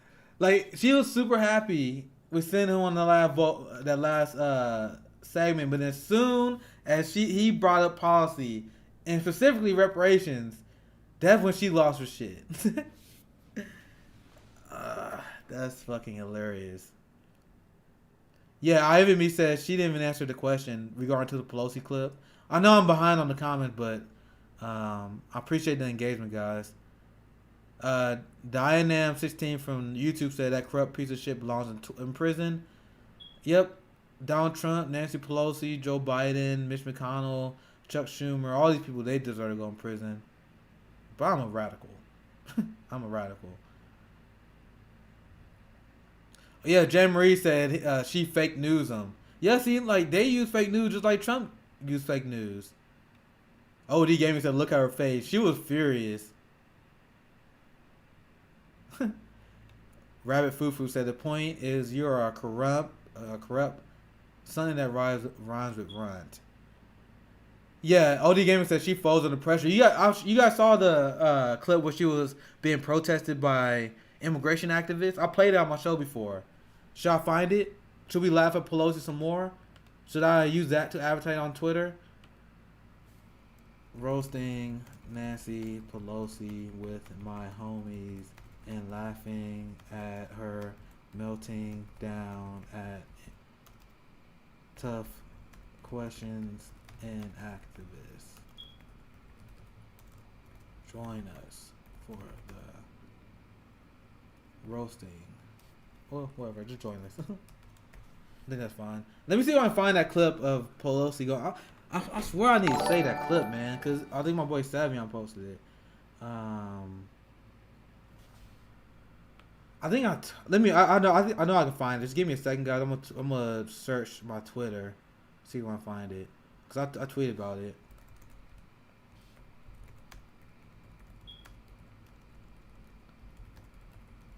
I'm pretty sure I tweeted about it, so let me see if I can find it. Yeah, there it is. Yes, I found it pretty fast. I know the keywords to search. Look at this. If you OD Gaming, if you thought her expression was funny during that question that she was asked by that guy about her insider trading, look at this. Check this out. This is the kind of pressure that Nancy Pelosi should be facing all the time. Like, constantly. This is one of my favorite videos, by the way. I watched it countless times. Hey.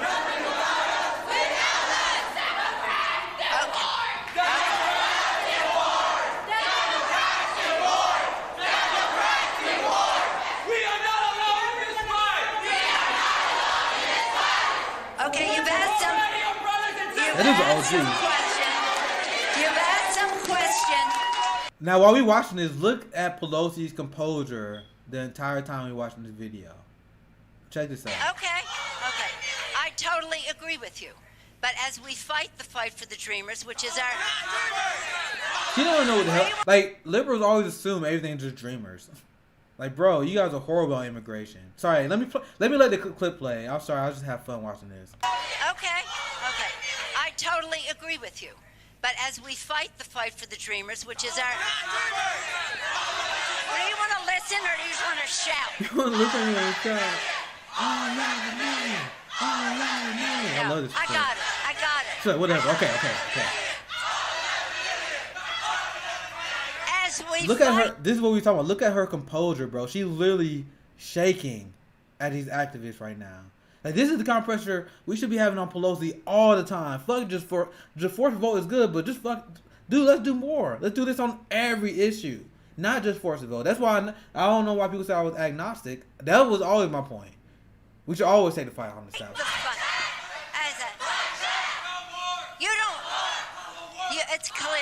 It's clear you don't want any answers.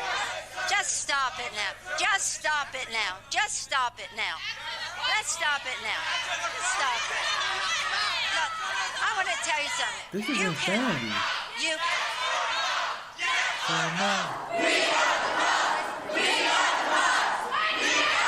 Why do we do this? Since you don't want to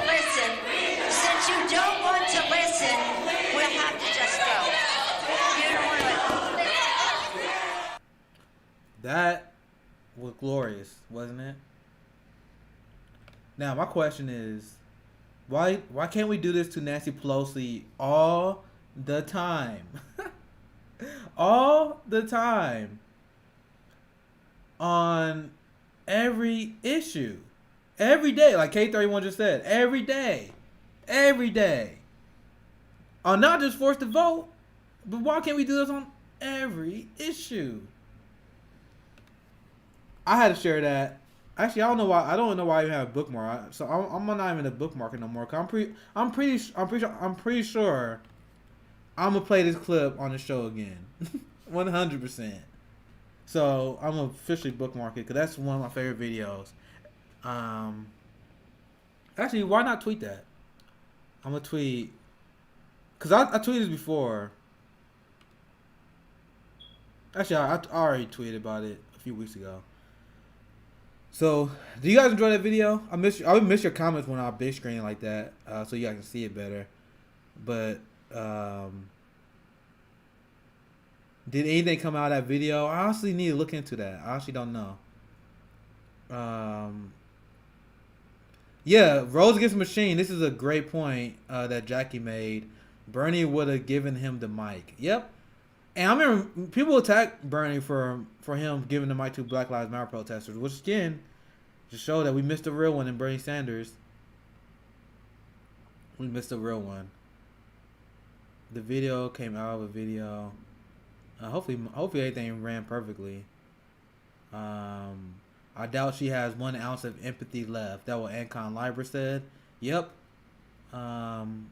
She is about as evil as you get. So my point I make originally while we were going on this anti-Pelosi spill was my position on force of vote was we shouldn't vote for Nancy Pelosi no matter why, no matter what, because of this.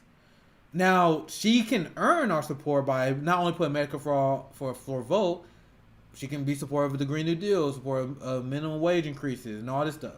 Like, not just Medicare for all. I mean, I'm for force of vote because I like the strategy of using Medicare for all. Once again, so I am for it because if we're gonna vote for it, it's supposed to be might well get something out of it. So if you vote for Nancy Pelosi when she don't give us anything, that's insanity to me. It's insanity to me to not get anything out of voting for Pelosi. So I played a clip with Jamal Bowman and Cori Bush, and I gave them all the props in the universe for standing up to Pelosi. All the props in the universe. But with that said, if they vote for Pelosi after that CNN interview, they're saying the interview is useless. Please, I really want to see them extract as much as they can. If they do vote for Pelosi, my stance is not vote for them. Period. But if you're gonna vote for them, you better for goddamn fact get something out of it. Someone said, I missed who said it, but he said if Nancy Pelosi get reelected, she better respect this every day. Yep. Every single day. Yeah, look, we need to be bullying Pelosi like that all the time. And that's why the idea that some progressives have and what AOC doing in protecting Nancy Pelosi is dumb. Like, it's beyond dumb. There is no path for the progressive movement and for the left by being soft on Nancy Pelosi.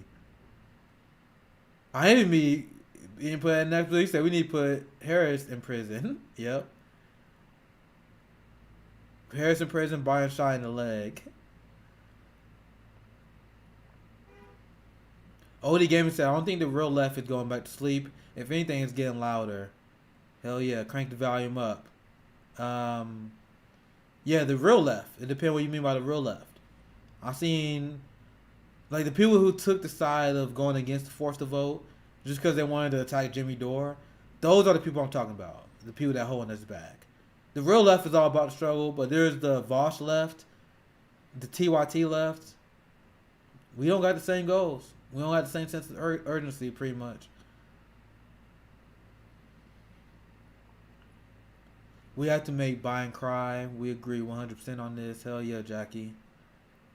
Hell yeah. If you're still watching the Jackie, I think we're still gonna do something with Nico House tomorrow. I gotta hit him up, see what time we're doing that. So tomorrow, I'll be collaborating with Nico House. He promised me he'd be sober. I'm like, I don't want you to be sober, bro. I want you to go off. Tomorrow. I think you'd be around the same time, but we gotta get exactly the same. I gotta look at my message to him to get the time, but we do it tomorrow, sometime around Black Rose Brigade time. He said he usually streams around 2 p.m. to 5 p.m. So, that's gonna be like the ultimate return of the Black Rose Brigade in a way. Cause me and Nico House, we don't agree on absolutely everything, but we agree on most of the issues, and we are both black leftists that are extremely tough on the establishment, and that's what we need, to prop them up. He said you're gonna ask him about Tosi. I don't know. Like, I don't think there's no reason for me to talk about that, to be honest. Like, what? I don't see any reason for me to grill him on Tosi. Tosi is one of the people who voted against the COVID relief package, which is a disaster. Disaster. Tosi and Rashida voted against that. I know Nico was excited about that because he gonna use that to prop her up. For good, he should. I mean, that was a great thing that Tosi voted against, but Tosi had her issues. But I think we got bigger fish to fry. That's my thing. I think we got Joe Biden, who about to be our president. We got Nancy Pelosi, still favored to be leader in the House. We have Mitch McConnell, who is still in charge. So we got Joe Biden, Mitch McConnell, Nancy Pelosi in charge. I think we got more bigger fish to fry than Toasty, in my opinion. So I think we're gonna be talking about how we're gonna take down the establishment. That's what I'm thinking. Bernie will be able. Deal with Diane Nam said Bernie will be able to start his second term if not for the cheating DNC. Yeah, we could have a second term Bernie right now. It's a shame that we don't. And that my tweet that went viral today, I said I would never forgive the DNC. I will never forgive them for the way they cheated the Democrat Party. Yeah, I mean, like I said, I see some of you guys got criticism for Nico, but once again, no one's perfect. When it comes to actually challenging the establishment, me and Nico, we're on the same page. I don't see any reason why the left should eat each other on this issue. Like, Nico's the man. He actually fight against U.S. imperialism. He's on the side of defund the police. He ran the tough hitting stories on the Democratic Party. He's good people. Once again, like when you look at establishment, when you look at progressive media, when you look at people on the left, we're humans just like everyone else. We're not gonna be perfect, but when you look at the things that Nico and his crew is fighting for, I'm on board with that. We both black leftists that are smeared by white liberal class all the time. We are on the same fight. That's how I feel about Nico. He's my man.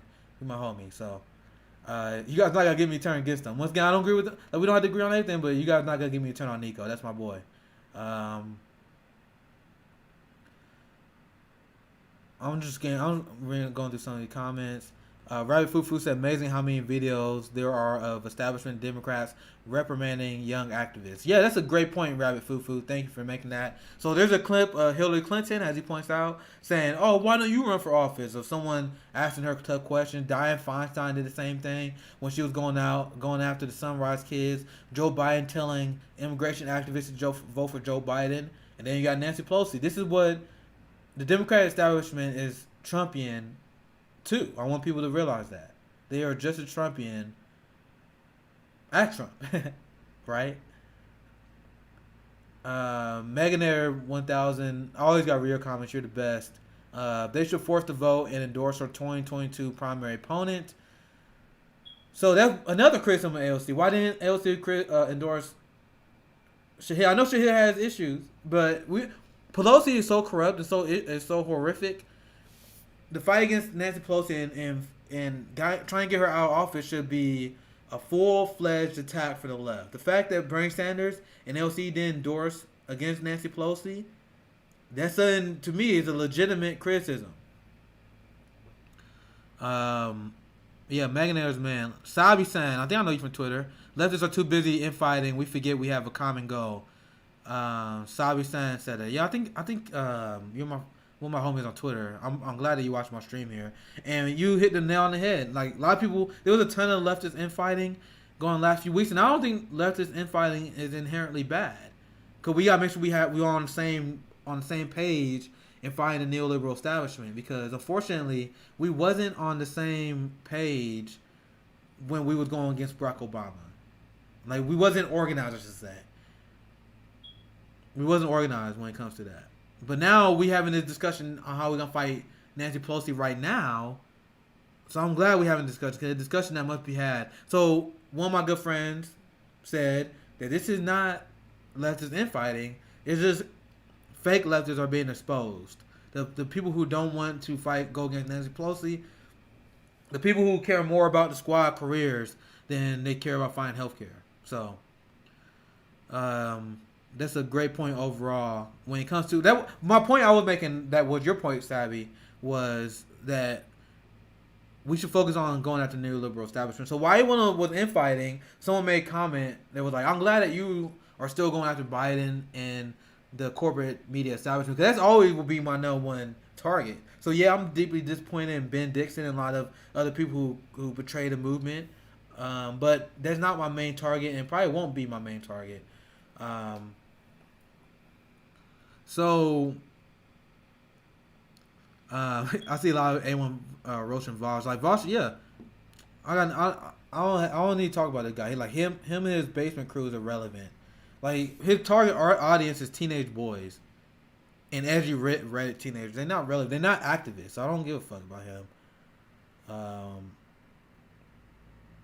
Yeah, Merrick. See, once again, like, you guys are See, this is why I want you guys to understand about Nico. I know IMVMe don't like Nico, but I 100% believe Nico is a good faith actor, and that he's fighting his fight because he really wanted the best out of the black community. When you look at Vosh and you look at Merrick, I don't see them fighting at all for anything worth the fuck.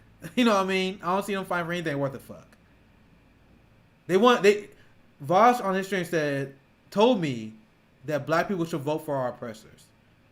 He was getting mad at me and Nico for not voting for someone who done the most damage to the black community over anyone in the public service, right? So I already spoke about him more than I wanted to. Like, my point is, he's not relevant. So I think people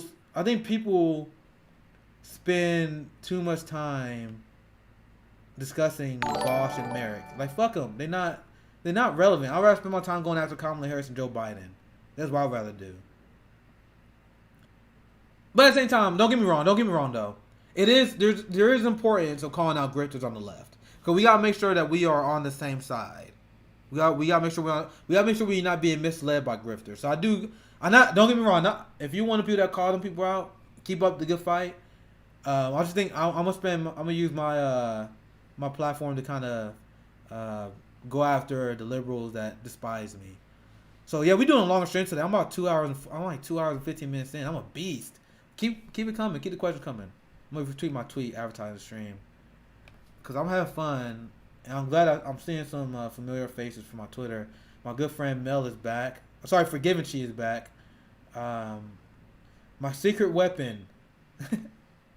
You know your ass in the comments, so I'm gonna talk about your ass now. My secret weapon. Just know if you if you want Oppo research, hit up for Forgiven She. She got you. She got you. Hey besties, just lost my jobs. I'm super sorry to hear about that. Allegedly iconic. My financial situation is very dire right now. That's why I got my PayPal, Patreon up here. Hopefully I can make a little bit off of my citizen journalism. But the economic situation that we're in right now is destitute. Like straight up destitute. I'm in a shitty situation.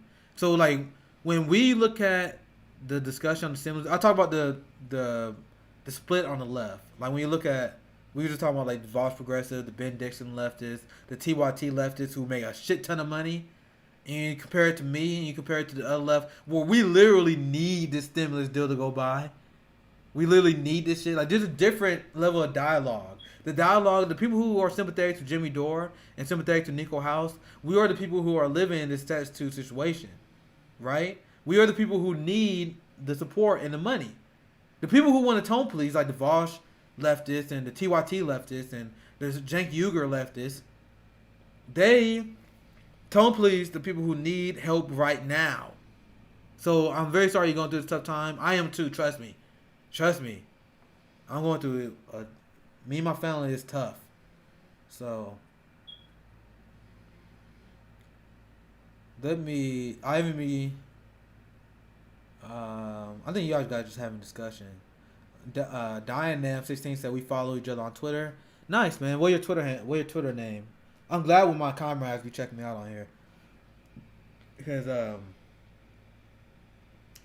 people who say Twitter not real life can eat it. Because I've met a lot of great people on Twitter. I met them in real life. It's amazing the friendships that can be made by fighting for the same shared values. That's why left Twitter is unlike anything else. Like there's like basketball Twitter, anime Twitter, pop culture Twitter, but like if you're on Twitter just because you celebrate basketball, there's no solidarity there. But if you're on Twitter promoting left Twitter, if like for example, if you're an account promoting healthcare, I know you're fighting for my family to have healthcare. So there's a level of solidarity between us on Twitter, left Twitter, that a lot of people on Twitter don't necessarily understand.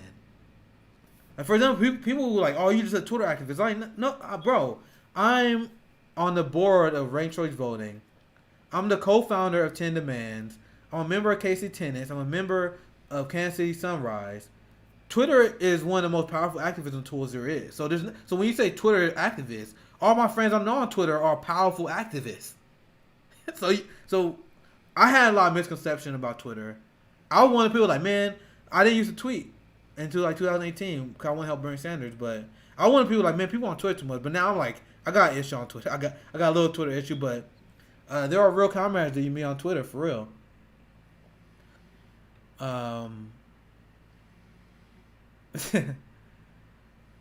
We got I'm glad that like all my homies here, Jackie Magnator, Forgiven She, J Marie's I Envy Me, all y'all my homies. I'm glad all y'all in the chat together. Savvy Science in the house.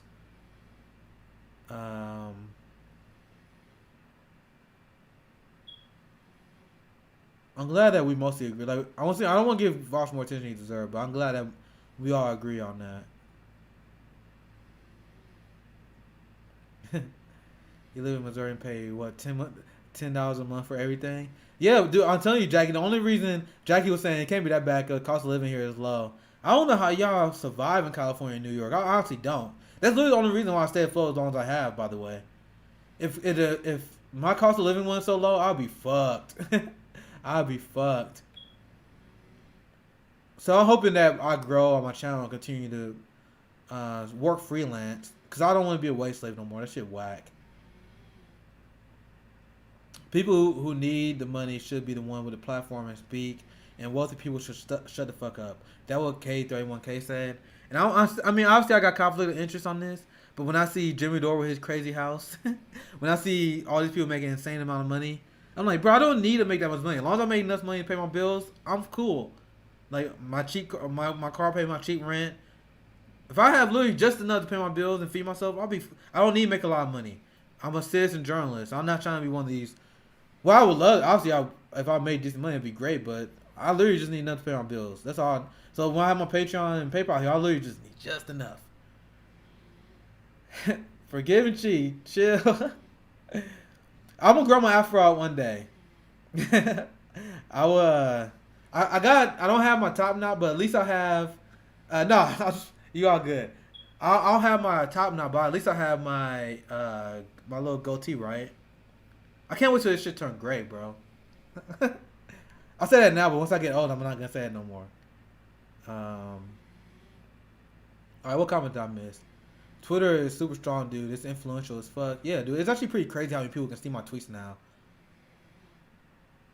Yeah, Rad Fufu is making some great comments on YouTube. The thing about Jimmy never get credit from his haters is his sense of urgency, and that's why I like Jimmy. Like, I don't agree with Jimmy on everything. I don't agree with Nico on everything, but I like the sense of urgency that the left media sphere that I watch promote. Once again, I criticize Crystal on the show for Defund, but Crystal Ball at least has a sense of urgency in terms of economic rights, right?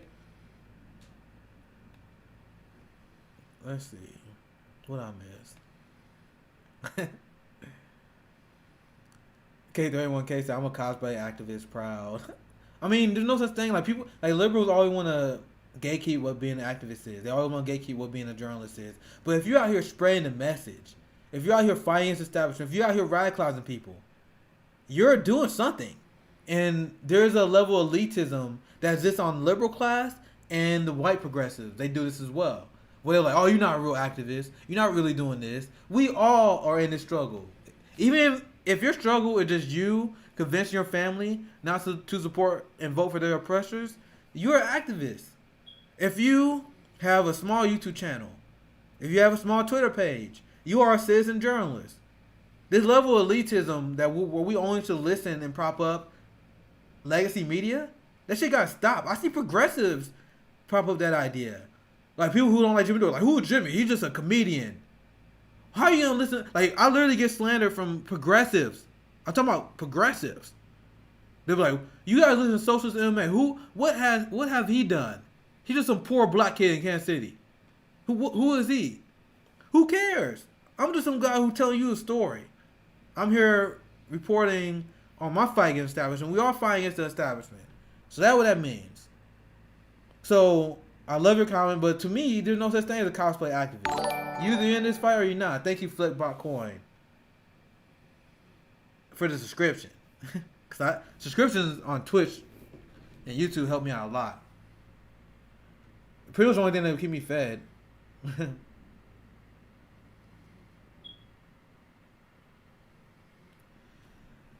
So, I'm almost catch up on comments. I need to take a restroom break though. That's what I'm gonna do. Give me 5 minutes, guys. 1 second. Like, this is a longer stream. Like, I'm 2 hours and 20 minutes. Please don't leave just because I'm taking a restroom break. Have a break. I'll be right back, guys.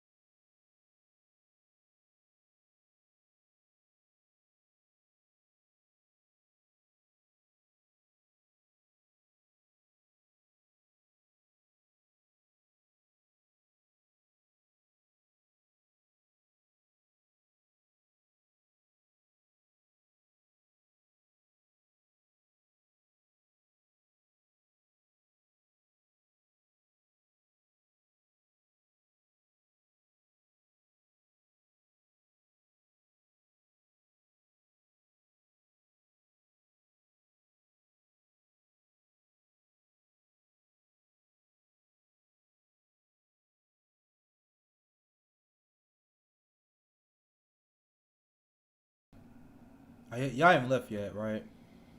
I think y'all still on here. My real homies are still here, right? My real homies are here. I miss you too. I miss you too, Forgive Mitchie. Whenever I don't receive a message from you, my soul is in internal conflict. Sorry. I'm messy. Flipbot Coin said, Twitter helped me realize I'm not fucking crazy. Right? Bro, I thought I was insane. And then I got on left Twitter. I'm like, bro, I'm a fucking moderate lib. I'm like, bro, I'm a fucking moderate compared to the people that even on my show. You guys hear Jackie. You guys hear my boy Rome. You guys hear my boy. He's like, these people are way further left than me. I love him though. I love him. I even said, Nick, you need mods. How do I make one of y'all mod? I'll make you a mod, Envy. I envy me. How do I make you a mod? Oh yeah, I think someone trolling in the chat. Sorry, I'll ban the guy who talking shit to you. No one talks shit to my boy. I envy me. Nah, I can't go in the bathroom with me, bro. That's all good. How do I make someone a mod, bro? I think I got powers to do that, right? How do I do that? Do I don't know how to use? That's the thing. I don't know how to use this fucking website. Like I became a streamer before I ever watched this shit, so I don't know what the hell I'm doing.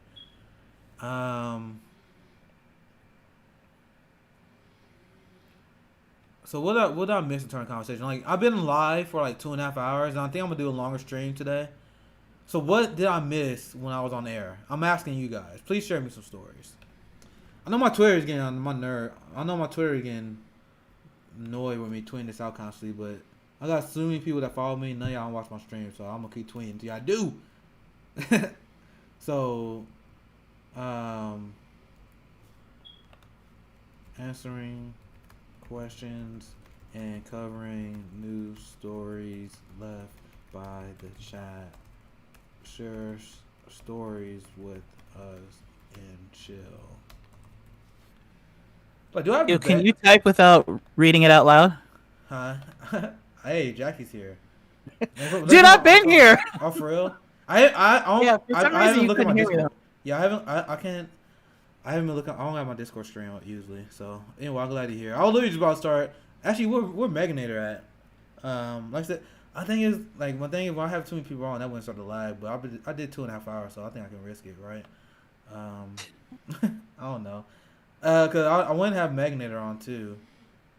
I was just gonna I just saw. I was like, oh, he's gone. I'm just gonna take over the stream. So I just decided to hop on real quick. Yeah, yeah, I beat you though. I mean, at the point I covered all the main stories, so I'm kind of just talking shit right now. That I wanted to cover. Actually, I did not cover all the main stories I want to cover. Anyway, what did I miss though? Cause I just sent a tweet out and I wanted people to share me some stories. Cause I've been on stream for about 2.5 hours, so I missed whatever has happened. Cause there's a lot going on with the floor vote, so. Yeah. Forgive me, I'm not answering that. I'm not answering. I'm gonna go off on you later. A leftist Thomas and Lord. Sorry, I struggle saying y'all names. But he said, why did Bernie support Biden so strongly when he's such a terrible person with right wing views? He's at the end of the day. I want to get Jackie Penn on this too. But my thing is Bernie Sanders is still a Sanders. He's still a fucking Sanders. He's not a revolutionary. And you can make an argument that's why he lost. We need a revolutionary in these times, not someone who wanted to play the game. And when you hear, Brandon Bernard was recently executed by the federal government, and there is a big push to end the death penalty. And I play this clip of my show. Let me see if I can find it real quick. Where Joe Biden was passionately talking about his support of the death penalty. I know Jackie's seen it. She knows everything about Joe Biden. I hate him. I hate him so much. I know you've seen it for a fact, but for my people who didn't see it, I might pull it up again. But he's literally the reason why shit like that happens. He's literally the reason why shit like that happens. I want you guys to understand that. So, I remember someone made a tweet where she quoted the speech that Biden made on that floor, and she said, I have a really hard time forgiving Bernie Sanders for saying this guy is a decent guy. Yeah. Damn. Yeah, she's not the only one. And that cuts deep, doesn't it? He's not a decent person. He is clearly a racist. He is a classist. He's an asshole. potentially a rapist, definitely. They've already had to have Jackie on. He's definitely a sexual assaulter. Whether he went all the way to rape, we don't know, but he definitely assaulted. So he's just legitimately a terrible person.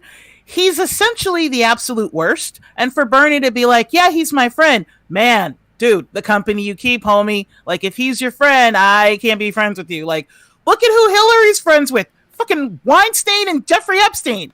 Lots of Steens. Don't be friends with the pedophile Steens. I'm not saying all the Steens. I'm just saying, those two in particular. And what pisses me off about the strategy Bernie used is he literally fell for the trap that the establishment laid for him to tone police himself. Because they were like, oh, we can't have Democrats tear each other down before we fight Trump. Meanwhile, in 2008, was literally one of the most brutal primaries between Barack Obama and Hillary Clinton. Like, that was a vicious race. I mean, Hillary Clinton literally, she led people to believe that he was like some sort of Muslim radical. A lot of people forget that she started those attacks. That was the Hillary bots that started that. And the whole entrance for Donald Trump into politics was he's friends with the Clintons. To help Hillary get a leg up on Obama, he started the whole birther thing after she started the whole Muslim thing. He was helping her. He was trying to help her win the primary against Obama. That's why he started calling Obama all kinds of racist shit. He was a friend of Hillary. Yeah, exactly.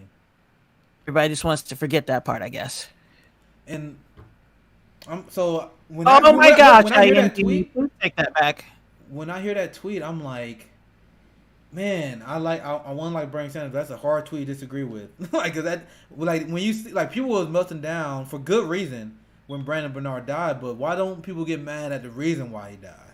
That's a disconnect I don't understand, and why I'm trying to drag the black community to realize that these evils, someone call me, the evils that our government is acting on our people is directly because of the Democrats and people like Joe Biden. Let me silence this person. So that's why I direct my anger at. So I love that comment on your behalf there. Ivy said this is a fun stream. Thank you. Like I said, at this point, I already did my story, so we're just kind of chilling while I got a decent amount of people watching here. So okay, 31K, man. Do we follow you on Twitter? Cause I need to get your opinion about. Cause she put you linked how I've set up mods. I need to do that. That's probably my next step to do. I need to. Because sometimes I was reading the comments. Sorry. Because sometimes I'll just be ranting and raving, and there'll be someone that'll be trolling the chat. And I'll be trying to focus on. I'm not reading the chat, and then someone just going crazy. So yeah, I'll look into that. I'm thinking Meganator for sure. I Envy Me. Social Sienna. You guys are mods. Meganator said to tell you that she's here. Oh, she's here in the Discord. Let me look. Yeah. Well, not in Discord, on Twitch. She said, "Tell Nick I'm here." Okay. Also, am I too loud still? Because somebody just said if they turn down the volume to normal out me, they can't hear you. All right. Let me turn. I pushed my mic away a little bit. That's cool. I can just turn you down a little bit. Oh, that's cool. Did you ever learn how to make a mod? You click on the person's name. Do I gotta be on the actual Twitch site instead of OBS? Probably is that I think that's probably why I can't find it. Let me try to go on the actual Twitch site. Let's okay, so while you're doing that, I'm gonna answer a question. Yeah, go ahead. I envy me. Leftist Thompson Lord. Who would you have voted for, Obama or Hillary Clinton? Well, I don't have to speculate because I voted. And during the primaries, I actually wanted to vote for Edwards because Edwards was a little more to the left of either of them. But then he had that whole scandal. He had to drop out. So I ended up voting for Obama because just no with Hillary. Here's the thing. In the first primary, Obama sounded progressive. He sounded way more progressive than he ended up being. Right, so it kind of was a contest. So I haven't made the first mod, but go ahead, Jackie. Sorry. Okay. So I don't have to speculate. I actually did vote then. And then after you answer that one, who would you have voted for, Reagan or Bush? Okay, so that one I actually...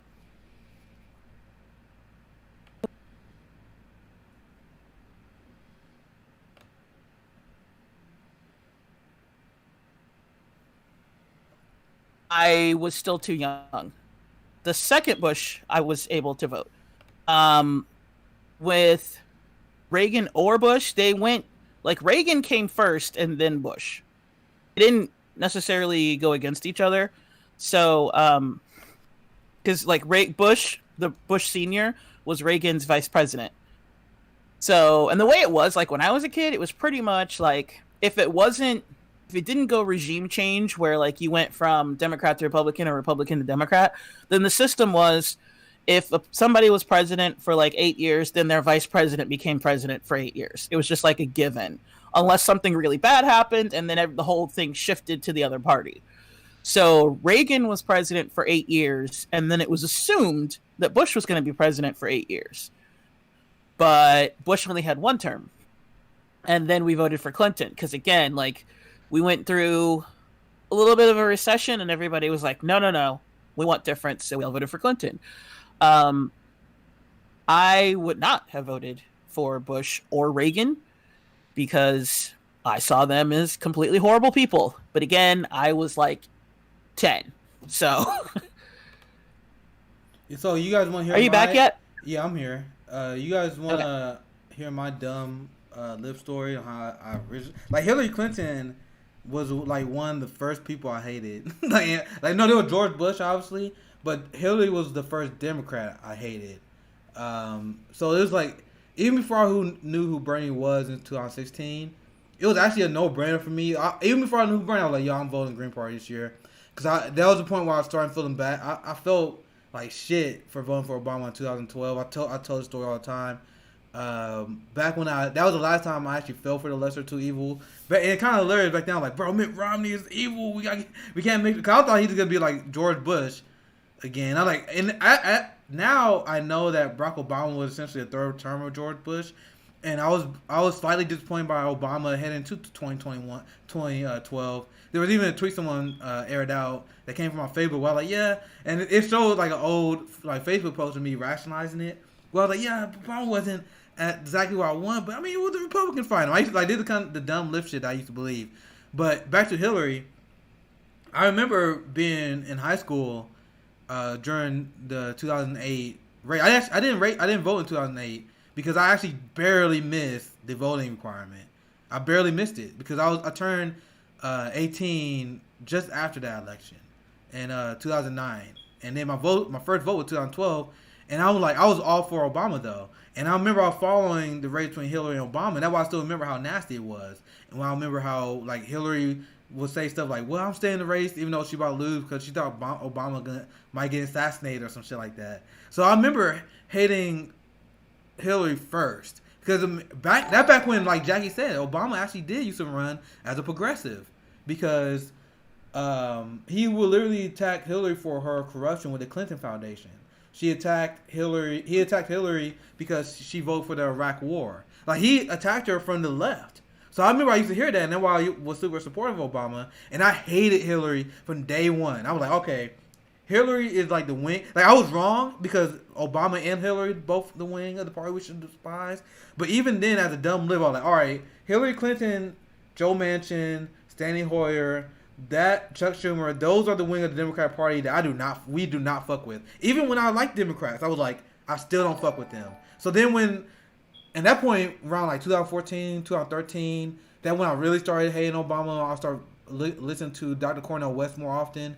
That's why I'm like, bro, I really fucked up. I'm like, bro, I should never vote. I was literally like, bro, I should never vote. It was around 2014. I'm like, bro, I should. I was even rationalizing it even a little bit afterward. I was like, man, I didn't like to vote, but I did what I do. But around 2014, when I actually started, it wasn't until I learned about how he handled like the Wall Street bailouts, and when I learned the extent of his like drone program and debt program, I looked into NSA spying and him going after Edward Snowden and Julian Assange. Like that, when I did that when I was like, bro, I was wrong as fuck. Every reason I hated Republicans, I was radicalized during the George Bush administration. Everything I hated George Bush for, Barack Obama did. I hated George Bush because he was extremely pro-war. I grew up during the Iraq and Afghanistan war. That was radicalized my generation. That's why a lot of us are anti-imperialists now, because we grew up during the George Bush administration. And then I did research into how Obama expanded George Bush's war machine, and I didn't know that. Once again, I played a clip with Joe Biden saying he agreed with Mitch McConnell on tax cuts. I didn't know that either. I thought that Democrats was opposed to tax cuts on the rich. Meanwhile, Barack Obama made Bush tax cuts permanent, and Biden brags about it. So it's like when I learned about that, I'm like, okay, fuck the Democrat establishment. The Obama wing is just like the Hillary Clinton wing. And even for who I learned Bernie Sanders, I learned who he was. I still remember. It was 3 weeks after he announced his campaign. And then when I did my research to Bernie Sanders, I hated all the politicians. All of them. And when I heard of Bernie Sanders, I'm like, okay, this is another white politician guy that I'm not going to like. I guarantee. I looked into him and I was shocked. I'm like, bro, how did I not know who this guy was? And that's started me supporting Bernie Sanders. That's a story for another day. But before I even knew who Bernie was, I was like, bro, I'm not voting for Hillary. I'm voting for the Green Party, no matter what. Right. And then they rigged it against Bernie. And now y'all know how socialist MMA was created. Because I was already radicalized, but then they rigged it against Bernie twice. And people wonder why I tweet and bash Democrats all the time. So that's my origin story, if you will. To answer that question. I know I'm like super behind on the chat here. Anything you want to add to that, Jackie, before we move on? Anything before I was trying to find a new comment? I'm like super behind here. I was just answering. I envy me. He asked, "How did Bernie skyrocket?" I was just gonna say he skyrocketed because he was the only one with the balls to go up against Hillary. Yep. When after Barack Obama's second term, it was supposed to be a given that it was Hillary. Interesting that it was a given that it was Hillary and not Joe Biden, who had been vice president for 8 years. But yeah, Obama did not back Biden, and instead he threw his support behind Hillary, and it was an unspoken thing in the Democratic primary and Democratic Party. You don't go against Hillary, and Bernie was like, "Nah, fuck that. This bitch is corrupt, and we need real change. And I'm sick of this hope and change bullshit that you keep promising people while you're giving all the money to, corrupt politicians. Not corrupt. You are the corrupt politicians. You're giving all the money to corporations, and you're like perfect example. Obama ran. A lot of people forget this or just weren't around at the time, but Obama's primary, or not primary, but his general election was right smack dab in the middle of the housing bubble, the financial crisis that was created by the housing bubble. And he was like, I'm going to fix it. I'm going to give people money. And he did the exact opposite. Instead, he gave money to the banks. He gave money to the insurance corporations. He gave money to the car places. Here's the thing. I was 100% against giving car manufacturers money. And I'm the child of a person. My food was put on the table by General Motors. And I was like, don't give them a penny. Why? Because the reason why they went under is because they refused to follow technology. Yep. See, foreign corporations were like, green energy is the way to go.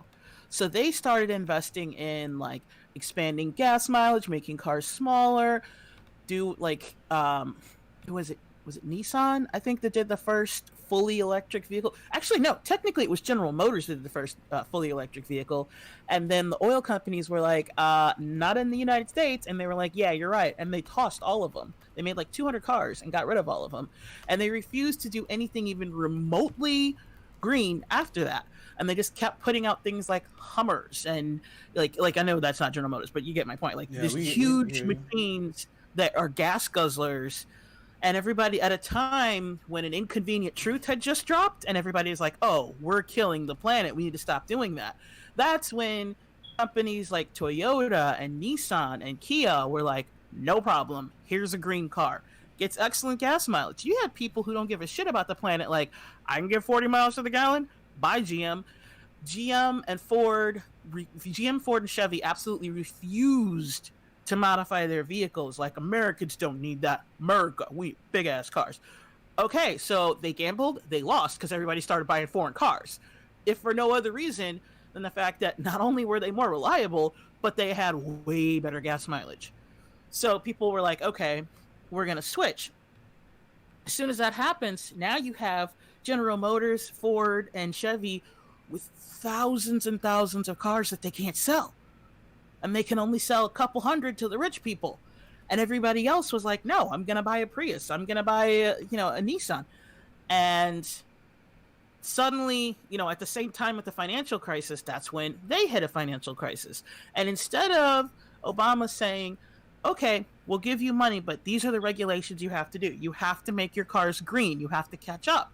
He had the perfect opportunity to do that. Like, yes, we will bail you out, but you have to do these things to make your cars green so that, we have less of a carbon footprint. And you cannot do stock buybacks. This money has to go for paying your debts and paying your employees. Did he do that? No. He gave them a blank check. What did they do? They paid their debts. They reinvested in the company. They did stock buybacks. CEOs got a huge bump, laid off thousands and thousands of people. Yep. That was like, but he came in saying he was going to do the exact opposite. The housing crisis, he was going to fix that. And when we heard fix the housing crisis, what we thought was he was going to help the people who were bankrupted by the corrupt policies of these insurance companies and mortgage, and banks that were doing these mortgages. No, he meant he was just going to write a blank check to the mortgage companies and the insurance companies. And everybody who lost their homes, which, by the way, that was the number one way black wealth had been virtually eradicated. Barack Obama, the first black president, is the one who got rid of a majority of black wealth in the United States. By not paying the people, he paid the companies. And so when he spoke, he said he was going to help us. But when he acted, he helped everybody but us. And by the way, the reason why he is fighting so hard to keep somebody from like Bernie Sanders from being able to get into power is because he knows if somebody like Bernie Sanders were to actually come along and do all of, basically fulfill all the promises that he made, that would completely obliterate his legacy. Remember, like I said yesterday, presidents once you get to the point where they can't be in office anymore, it's all about legacy. So now that he's done, he was president for 8 years, he can't rest on his legacy being the first black president. He doesn't want it tarnished at all. So because people are starting to go, I don't give a shit if he was the first black president. He didn't do what he said he would do. And Bernie stepped up to do the things that Obama promised to do and then totally didn't do it all. That's how Bernie gained popularity. So only Democrat. Well, he's not even a Democrat; he's an independent. But he's the only person willing to step up to Hillary Clinton and say, "No, we need to do what we said we were going to do." So Roster Freak said he had a similar story based on what I was telling. He asked me, "Do you mess around with Ron Paul at all?" I'm not proud of it, but his anti-war stance had me for a bit. I remember during the Ron Paul craze, especially around anti-war people. I was really anti-war. I never liked Ron Paul for the same reason I said I did my Oppo research on Bernie, because I was extremely distrustful of politicians, because that's when I was fresh from having my heart broken from Barack Obama. So I mentioned how I discovered Bernie Sanders 3 weeks after he announced his campaign, and then when I was like, all right, I'm gonna do my Oppo research on him, I'm guaranteed I'm gonna find something wrong with this dude, and I didn't find anything, and I was actually really, really pleasantly surprised. With Ron Paul, I heard some of his stances about ending the war, ending the drug war, his libertarian stances, and I'm like, I looked at the libertarian movement back in my political development, and I'm like, damn, if only you guys didn't suck on economics. Only if you guys didn't hate poor people so much. Only if you guys wasn't low-key racist. Because Ron Paul, when I looked into him, I'm like, man, you got a lot of low-key racist beliefs. A lot of low-key shitty-ass economic beliefs. I'm like, yeah, you can be anti-war you want, but if you want to run a broken domestic society, you are useless. You are useless to me. And that's why I love calling myself a libertarian socialist, because I dabble with like a lot of people on the left do. I dabble with libertarianism a little bit when I was discovering where I was trying to be. After I realized the Democrat Party sucked, and I was like, and I used to tell myself like, man, if only libertarians didn't suck at economics, that could have been me. So then I learned what libertarian socialism was, and I'm like, there it is, there it is. That's exactly what I was looking for. I didn't know what the name was at the time, but that's what I am. I don't think we should have government that doesn't justify itself. You know what I mean? So when I'm talking about Medicare for all, that's a government program that justifies itself. That's literally you boosting jobs, you boosting the economy, you saving 68,000 lives per year. What justifies itself more than Medicare for all? Now, what doesn't justify itself? Giant police budgets that don't even lower the crime rate. The drug war. The drug war that's been...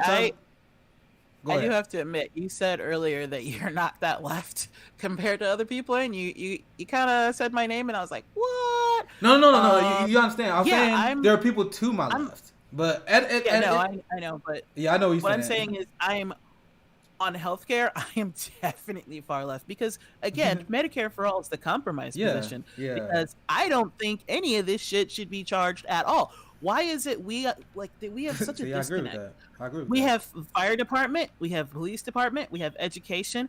All that shit is free. We use our tax dollars to pay for that, right? We use our tax dollars to pay for our streets getting repaired.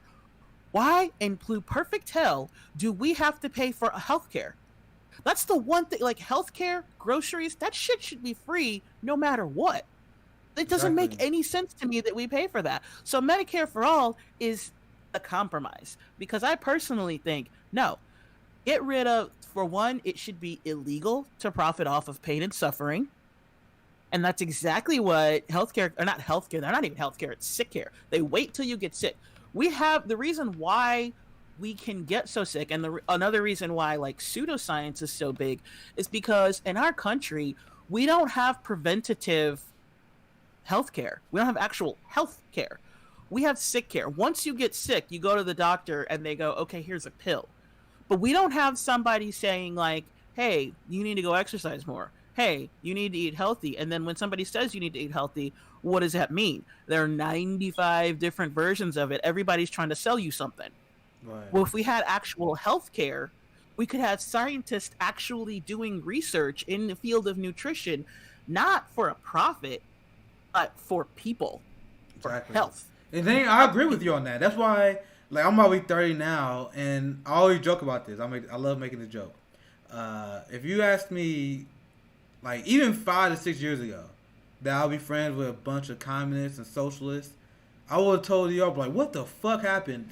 Like, what the fuck happened? But now it's like, now I'm glad. Like, I got a lot of people who opened my mind on a lot of issues I didn't even consider. Like we were talking about the issue of black violence on Black Rose Brigade in terms of how like the media would show black violence. And I remember when y'all brought that up, I was like, oh fuck, I didn't even consider that. And then ever since we had that conversation, I'm like, bro, there it is. Like, so that's why it's important to not ever close your Overton window off to the left. I see people do this all the time when we talk about leftist infighting. Leftist infighting is not a real thing. It's literally just determining who really is about the struggle. That's how I feel about it. When I'm talking about when we talk about leftist infighting, I'm seeing the privileged class of the leftists, the people who have healthcare. I see them tone police people who don't have it, and so by doing that, they are gatekeeping to their left. The same thing that we don't like liberals for doing. For example, liberals, they kick everything else to their left. So the farthest to the left they want to accept them, and some of them are so unhinged that they don't even accept Elizabeth Warren, who is by a very, very generous assessment is center left. That's very generous. And once again, I'm just saying that for sake of argument. So me being very generous and giving Elizabeth Warren center left, even to the unhinged liberal class, that's too far for them. But then what they do for anyone that's even to the left of that, they slander, they smear, they attack. So when I see leftists do the same thing, where they may be a social democrat, like, oh, I hate tankies. Okay, well, pretty much a leftist I disagree with. That's what I learned what that term means. I didn't know what tanky meant until this year, but that what it means. Yeah, what does that mean? I hear it all the time. So a tanky is an authoritarian leftist. Apparently, that's the original. That's a contradiction in terms. How are you gonna be a leftist and authoritarian? So I know that's the thing. Like a lot of people who use the term tanky as an insult, like Vosh like to use it a lot. Like the people who use it as an insult, they are purposely not using it right just to slander someone on their left. Because apparently I looked into it. I was like, what the fuck is this? Tanky is apparently like the original term came from Americans who like deeply like someone in the chat. I even just said. Or sorry, someone else. I missed the name, but they say American apologists for Stalin, American apologists for Mao, and like the regimes that America was going after. So they used to call these people tankies because they're like, oh, you were pretty much a traitor. That's pretty much what the term meant. It was liberals would call them tankies. So that's why it's so stupid to me when I hear leftists like they will call people tankies. Like, bro, they're not authoritarian. Like there are legitimate people who are authoritarian left. These are the people who got mad at me when I came out in favor of sex work, and I literally had a big thing while quote tweeting a few people and got a few on ratio. I'm like, I don't fuck with you guys. If you're authoritarian left, you're not my friend. I'm sorry, I don't fuck with authoritarianism. So there are some legitimate people, like the people who don't want to, the people who think we should ban sex work. Like I literally tweeted a few examples of those because people thought I was bullshit. Like, what the fuck is a? I was mocking them. I was calling them Puritan leftists. I was like, everyone hate Puritan leftists. And they were like, what's that? Like, bro, they actually exist. The people who think we should ban sex work because it's a way for the capitalist class to exploit women, and they never ever want to do it. Despite the fact that I literally know sex workers, and they said I know sex workers who are actually pretty comfortable, and they said they like to do it as a way to express their femininity. So yeah, there are some people who are being exploited. But my question I posed to the tankies at the time, I said, if there was a woman who was financially stable who wants to do it, will you ban it? And then this guy said, yeah, I would. I was like, okay, you're not my friend then. So I get what you guys are saying about the exploitation, but if you're willing to ban someone for doing something that they want to do, that's not victimizing anyone, like I literally laid out the scenario. I literally know, I'm not going to say their name, obviously, but I know them for Twitter.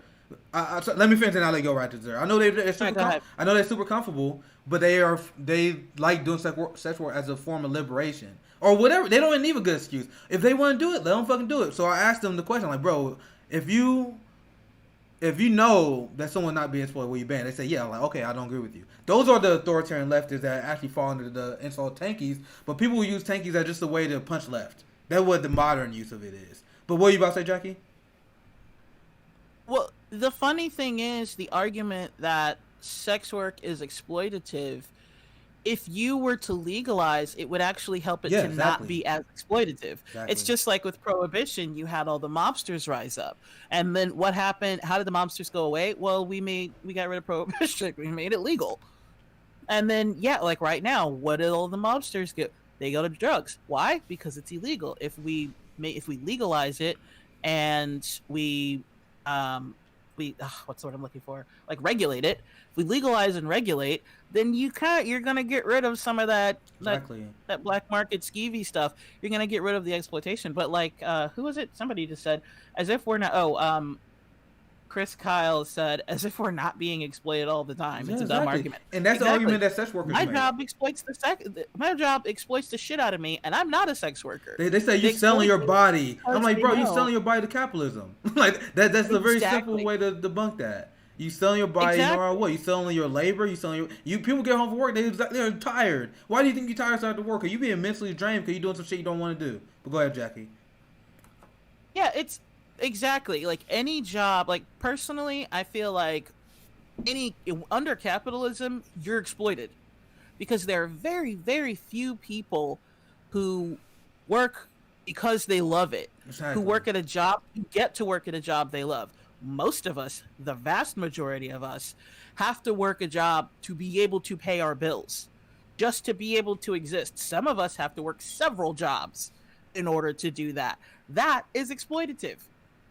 That is far worse, in my opinion, than someone being exploited. Also, again, if you regulate it, you don't have pimps. You just have people who can, like, they can start up, like, for example, we have OnlyFans, right?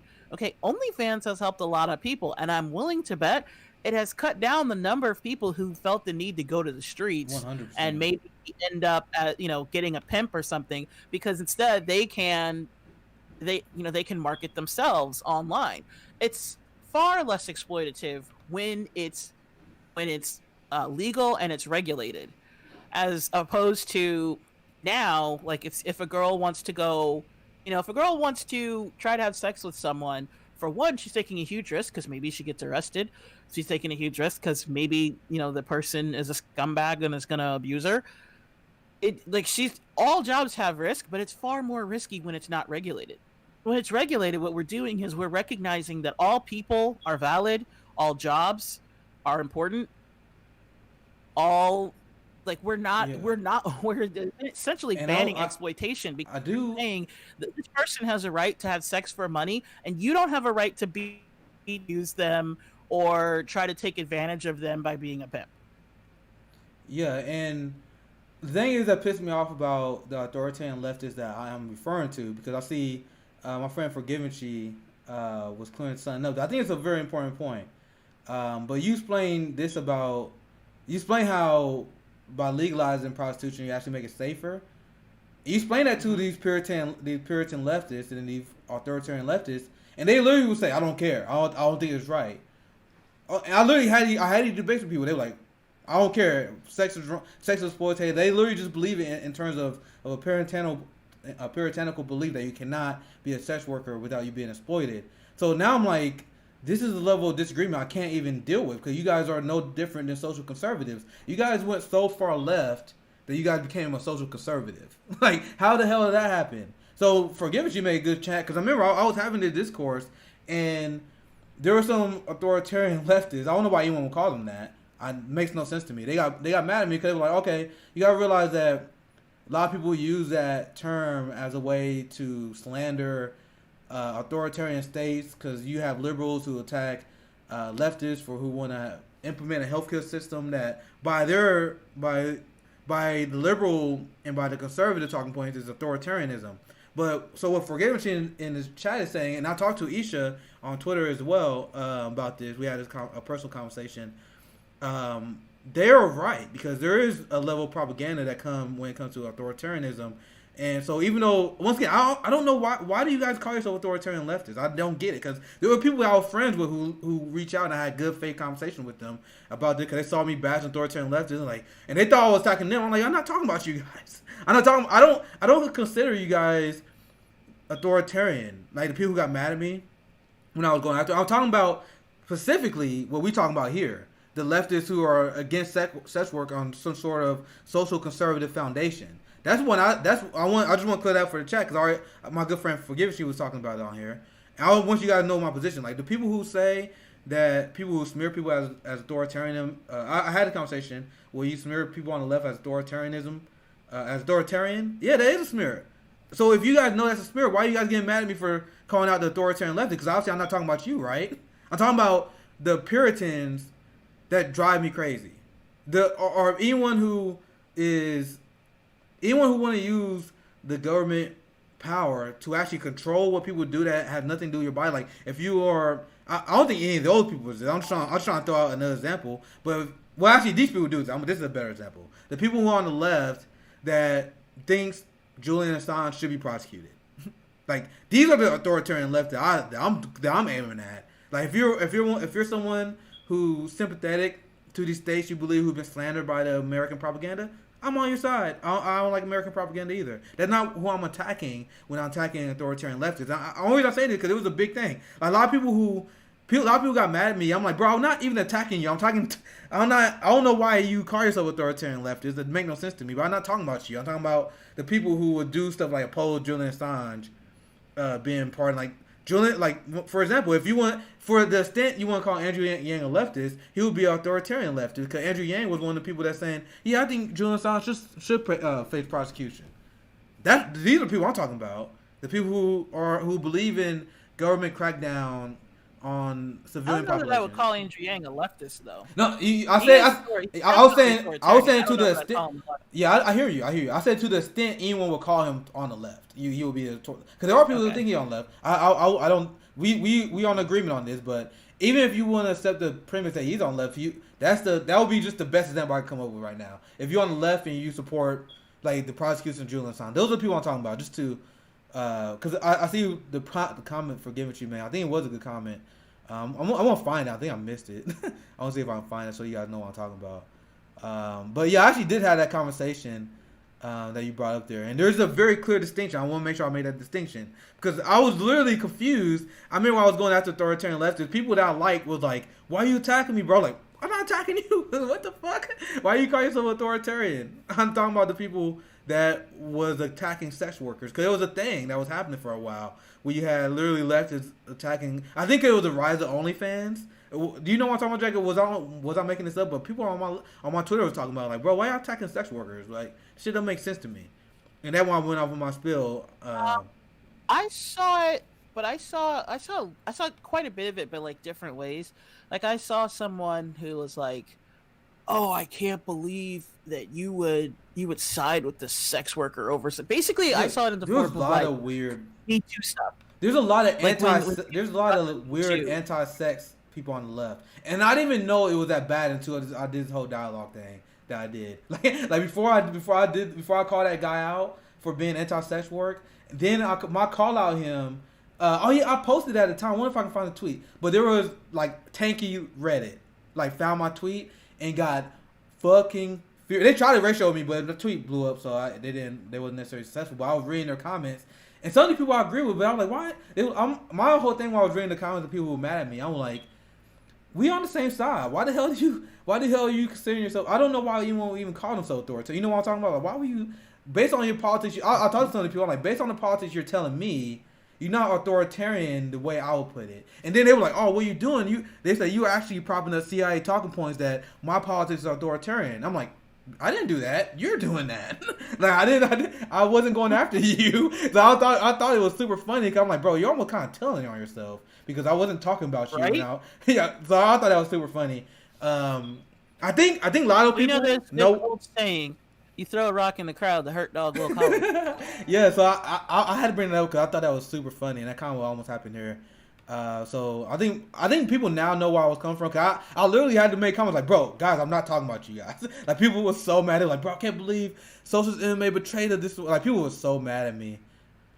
Here's the thing though. Okay, so if you say something about the authoritarian left, I don't have a problem with it because I'm not the authoritarian left. Yeah. So if they have a problem with it, yeah, that's shady. Like y'all are telling on yourselves. Like a lot of those people are people that, like, for example, that tanky Reddit page that was trying to give me that I can't find the tweet. I don't find it looking right now. But when they posted my tweet on Reddit and they was trying to say, look at this motherfucker, and I'm like, why are you guys, like, I literally listen to what they believe in. I'm like, okay, you guys not necessarily wrong, but why the fuck you getting mad at me for saying this? Because their argument. And the argument that Forgivenchi was using here as well, that they said the concept of authoritarianism is state propaganda, because in order to implement policy, you got to have some sort of crackdown. I'm like, okay, I believe it. Yeah, I guess you're right on that. But what does that have to do with being against sex work? Like, that's two different things. And then I had to clarify that, so I think people know what I meant now. But before I said that, people literally thought I betrayed the movement or something. It was kind of funny. Not most people. Most people know what I was talking about, but there was the weird leftists I was referring to. Yeah. Oh yeah. I already set up when I was talking about Yang earlier. I set up Forgivenchi on Yang because she cracks me up whenever she go after Andrew Yang. Like I wish we knew about Ejo back then, because I used to get so many Yang people mad because I liked Andrew Yang for the sense that he was anti-establishment. I'm gonna wrap this train up soon. We're about 3 hours. If I'm gonna do one later today, I need to pace myself. But anyway, let's end on this subject here. There was a great strong. On Andrew Yang? Well, on the last few questions, I'll just say. But forgive me, she said Andrew Yang is a centrist at best. And my thing is, like, I like Andrew Yang because I'm supportive of UBI. I'm supportive of legalizing all drugs. He had a lot of other policy details that I actually liked. I don't remember them all because I didn't have his policy platform memorized the same way Bernie Sanders did. I had Bernie's and Biden platform memorized up and down. But whenever you actually look at it, like, Yang didn't have bad policies. It's just there was like I know you about to disagree with me on this but hear me out. But there was a few things that hurt Yang a lot. like those things that hurt Yang a lot hurt him so much, so I had to go after him. And and there were so many people that liked Yang, who hated me at the time. I used to trash Yang and then there was a lot of Yang people who was cool, who were more progressive, who are still friends with them to this day, because they like, oh, you like UBI, you cool. Because I attacked Yang because he had like a libertarian version of a UBI. And once again, he was weak on Julian Assange. He was weak on U.S. imperialism. He was weak on Israel, for example. He took the Democratic Party side on Israel. So it's like, these are real things that hurt you, bro. Like, and you being against Medicare for all, like he pretended he was for it at first, and he backed against it. I'm like, bro, when he did that, I went so hard on Yang. I had so many Yang people that blocked me after that. People like, how you get so many blocks? Like, bro, it's just over a period of time. And I remember when I went after Yang, so many Yang people mad. I was like, bro, when you turn against Medicare for all, I told people on my stream all the time, that's my litmus test. If you're against Medicare for all, there's something deeply wrong with you. Like, dude, I can't even trust your judgment overall when you do that. So I was like, bro, I was actually pretty supportive of Yang despite those disagreements. Then when you turn against Medicare for all, when you took the CNN job, I was like, oh, dude.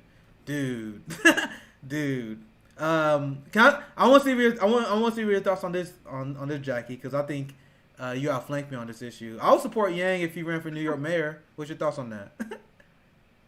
Even with all things I said, like tell me why I'm wrong. Why would you support him? Why would you support Yang if he ran for mayor? First of all, you don't even live in New York. I know. I'm saying I mean, so I can't support him in a sense because I always laugh at Ossoff. Always talk shit on Ossoff and Raphael Warnock. But I'm always tell people like, chill, dude. I'm not voting. I got nothing shit to do with this election anyway. Why y'all care about my opinion on this race? I mean, once again, I support you back to the point to answer your question directly. I'll allow you to grill me here. Like I'm looking at like who else would run against them, and I like UBI so much that I'm like, I mean, I'm not donating to him. I'll tweet positively towards him being New York mayor because I'd rather him being mayor than having someone horrible, right? Like, so how am I wrong? Like, I'm literally interested in hearing your take on this. Why do you support Yang? Why do you think he would be better than someone else? Just because of the few policy positions that he do support, I think would be important. Like, once again, I do think his UBI would help. I don't think it's great. Okay, right there. Hold up. Stop. No, we're going to have some issues right here. His UBI was terrible. Okay? I know. I agree with you on that. I agree with you on that. So then his UBI is actually worse than just what we have now, which is shit. Okay? His UBI was, first of all, only $1,000 a month, which I know out in the Midwest, that's a lot of money for y'all, but that's nothing out here, okay? So, and also, it was structured to undermine the social safety nets that we do have. They are horribly underfunded. And not necessarily underfunded, but the way that they're structured, you are essentially, if you are on disability or if you are on unemployment, you are essentially living in poverty until you can. If you're on disability, you're just fucked because odds are if you're on disability, you can't come out of it. But if you are on unemployment, you cannot live on that. Which, by the way, is why Bernie was fighting for us to get extra money. Because he knows you can't, like my unemployment, if I didn't have that extra $600, I'd have been fucked a long time ago. Because living in Southern California on less than $300 a week, yeah, that's cute. What the fuck is $600 for a stimulus going to do for me? That won't even pay my rent. So, yeah, Yang's UBI is structured to undermine those programs. I know. So it's essentially a giveaway to rich people. Because rich people are going to take that money and they're going to invest it. Because, by the way, it was means tested without being means tested, in that, yes, it's universal, so everybody gets it. But in order to get it, if you're poor and you're on unemployment, do you want unemployment or do you want the $1,000? Well, even a shitty $1,200 is better than $1,000. Do you want disability, which may be in some places it's only $600, or do you want the $1,000? Oh, by the way, if you take that, it also kicks you off of Medicare. It kicks you off of all these other programs. $1,000 is not worth it. So, first of all, it should be $2,000 to everyone, in addition to all of those other programs. While we're on the subject, we severely need to change our numbers for things like unemployment and disability, because nobody can live on the pennies that you get on that. I have a friend who is on disability. You're on disability, meaning you can't work. You should be able to live a decent life. I'm not saying you should be rich. I'm not saying you should be buying brand new cars, but you should be able to afford a car. You should be able to afford luxuries like, I don't know, a phone. And she's forced to live on $600 a month. She can't work. She can't do any kind of side gig to try to supplement her income, because if she tries to supplement her income, they'll take away her disability and she'll have just like almost nothing, which she pretty much has almost nothing. So first of all, we really need to change all of that. We need to change the metrics for the poverty line, because it is grossly, like, when was the last time we changed it? Like 30 years ago? Obama could have changed it. He was president for 8 years. By the way, that's something that can be done by executive order. He could have done it. He didn't. Biden's not gonna. He's the austerity guy. He's gonna cut Social Security, if anything. So you just made me go on a whole rant, man. You asked one question. So this is the thing. Because chat is wrong right now. So I feel like I clarify. Because so this is the thing. They said there's progressive running don't in that. Cancel Nick. Like I feel like I know why you pounced on me, bro. But I feel like y'all gotta hear. I feel like you guys gotta hear me out, because they said that there's progressive candidates in the New York mayor race. Please have mercy on me. I didn't know that. I'm not following the New York mayor's race that closely. If there's someone who supports Medicare for all that's running against Yang, he automatically lost. The point I was making is, whether you guys agree with me or not, and once again, with the flaws that UBI has, I would prefer Andrew Yang over neoliberal any day of the week. And I understand why you guys hate Andrew Yang. I get it. The UBI has a lot of flaws. It's got a ton of flaws. But when I'm talking about lesser two evil, we discussed this before, progressives, people on the progressive left, they misframe the battle of the lesser two evils. For they say, oh, we got to vote for Joe Biden because he's the lesser two evils. In what universe? He's a war criminal that's responsible for death and destruction that is untold amount of death and destruction. I don't think Yang is that evil. So that's why. So hold up, because we do have examples during the campaign. People would ask him questions. By the way, he supports Israel. Okay, so I don't know why you think he's not a neoliberal. All right, Jamal Bowman, he got questionable stance on Israel too. I mean, there's people that got these weaknesses, and once again, I'm not apologizing for Yang, because I'm far from a Yang supporter. Like, I feel like I'm getting grouped into a Yang supporter. Only thing I said, I prefer his style of politics over neoliberal politics. And like I said, if there's a progressive in that race, anyone supports Medicare for all, he'll get. There's literally no way that Yang will get my support over them. But if he's going against a standard Democrat, yeah, I definitely prefer someone who want to legalize all drugs and at least have a shitty version of UBI, because I think even having a shitty version of UBI is better than not having it. If you tie that with other progressive policies, which is it could be an issue with Yang, with him being New York mayor. We don't know if he actually govern as a libertarian, but Yang did come out in favor of forced to vote. So maybe what if he could be pushed left on Medicare for? What if he couldn't be pushed left on these issues? So when I talk about lesser two evils, like when people say I gotta vote for Joe Biden because he's lesser two evil, that shit never makes sense to me, because there's no universe where we push him left, and there's no universe in which he's lesser evil. And this is why I hold my ground. My disagreement with Yang is disagreement. I think everything he's wrong on because he's ignorant. I don't think he's wrong because he's evil. I don't know if you guys disagree with me on that or not, but I think that's where I stand. I don't think he's an evil person. I just think he's wrong. I think he comes from a libertarian tech background that leads him to may have a wrong stance on these issues, like UBI, for example. But I don't think he comes from a place from malicious intent. You guys know what I mean? So I don't fall for the lesser two evil in the sense I got to vote for the Democrat, but if I vote for a guy who I don't think evil, like, once again, I don't put too much stock in electoral politics. If we had no other option, if there wasn't progressive in that race, if I was in New York, once again, I don't put too much stock in my vote. I'll vote for him over standing neoliberal and Democrat. That's where I'll stand. So I want you guys to misunderstand why I'm at, though, because I know the issue with Yang UBI. I know his issue why he's not 100% progressive, but I guess that's where you guys outflank me, because I wanted to defeat the neoliberal Democrat. I wanted to defeat the Republican with someone I disagree with, but I will never vote for the warmonger, and I will never vote for the war criminal. That's where I draw my line. Here's the thing, though, Nick. Yeah. That what we're trying to say is he is a neoliberal Democrat. He's not progressive. You say more progressive. He's not progressive. I accept that. He's not progressive. That's our point. He's not, because his policy is a Trojan horse. His policy is like, and okay, so aside from his UBI, which again is a Trojan horse, It is designed to fuck over people who need the most help, and it's a giveaway to people who don't need anything. Okay? So outside of a pandemic, before the pandemic even started, if you were to give me $1,000, an extra $1,000 a month, okay, cool. I might use that to start a business. I might use that to pay off my car earlier, whatever, because, I'm middle class. I have a couple of debts that, I could probably pay off with $1,000. But, well, at least I did, because now I don't have that car.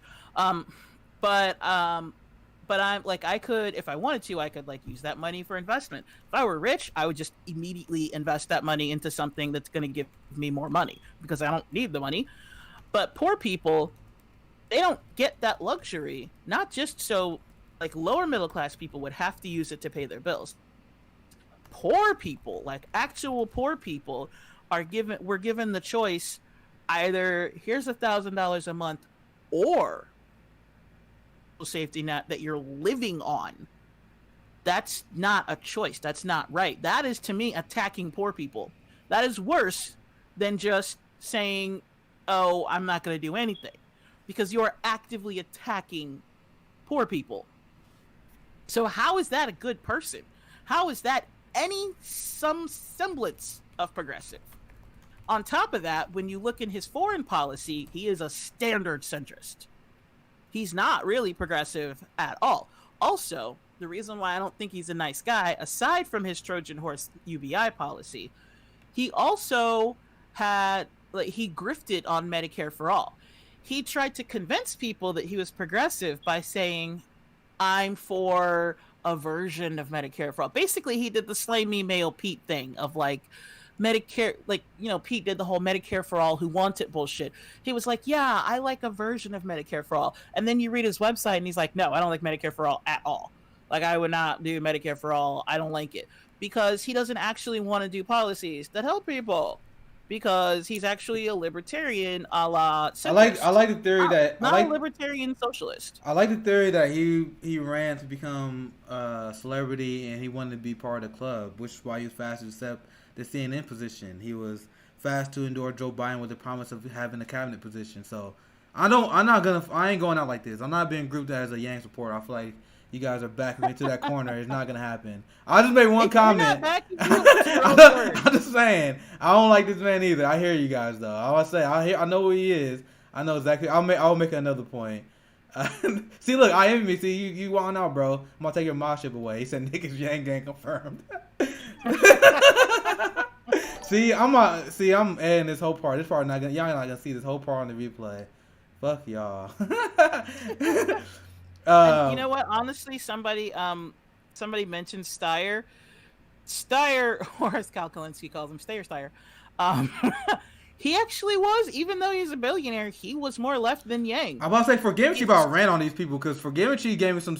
I haven't been, I used to hate Steyer, so I've been moved from hating Steyer to acknowledging that, yeah, he was the best we had in a fucked up field. Because at least, to answer the question, because someone was like, why Steyer? Because after forgiving she gave me a lot of receipts. I mean, he was anti-imperial, he was pro-Palestine. He had a lot of anti-imperialist views. He supported Black Lives Matter. Mm-hmm. So once again, he had a few things. Let me get this out of the way too. He didn't support Medicare for all. So once again, that's a big red flag. That's something that hurts him deeply. But he did support a wealth tax though. But he did support so these are the small things. These are the small things that separate him from the average Democrat. Steyer, he could have been pushed to support Medicare for all. Because Steyer, and I'm just going to call him that forever because Kyle Kalinske did it and I found it hilarious. He was the type who would listen. He was not a Biden type. If you came up to him and you were like, you notice he didn't do a lot of cheerleading for Biden, right? Either you know how Alvin did the tap dancing. No, Steyer just did an initial tweet. And he didn't say anything else after that. But go ahead. He simped for Bernie, pretty much the entire time. So I hate it. I talk about this with my friend Forgiving all the time. I hated Steyer. That's when I used to. We'll wrap up here in a few minutes actually.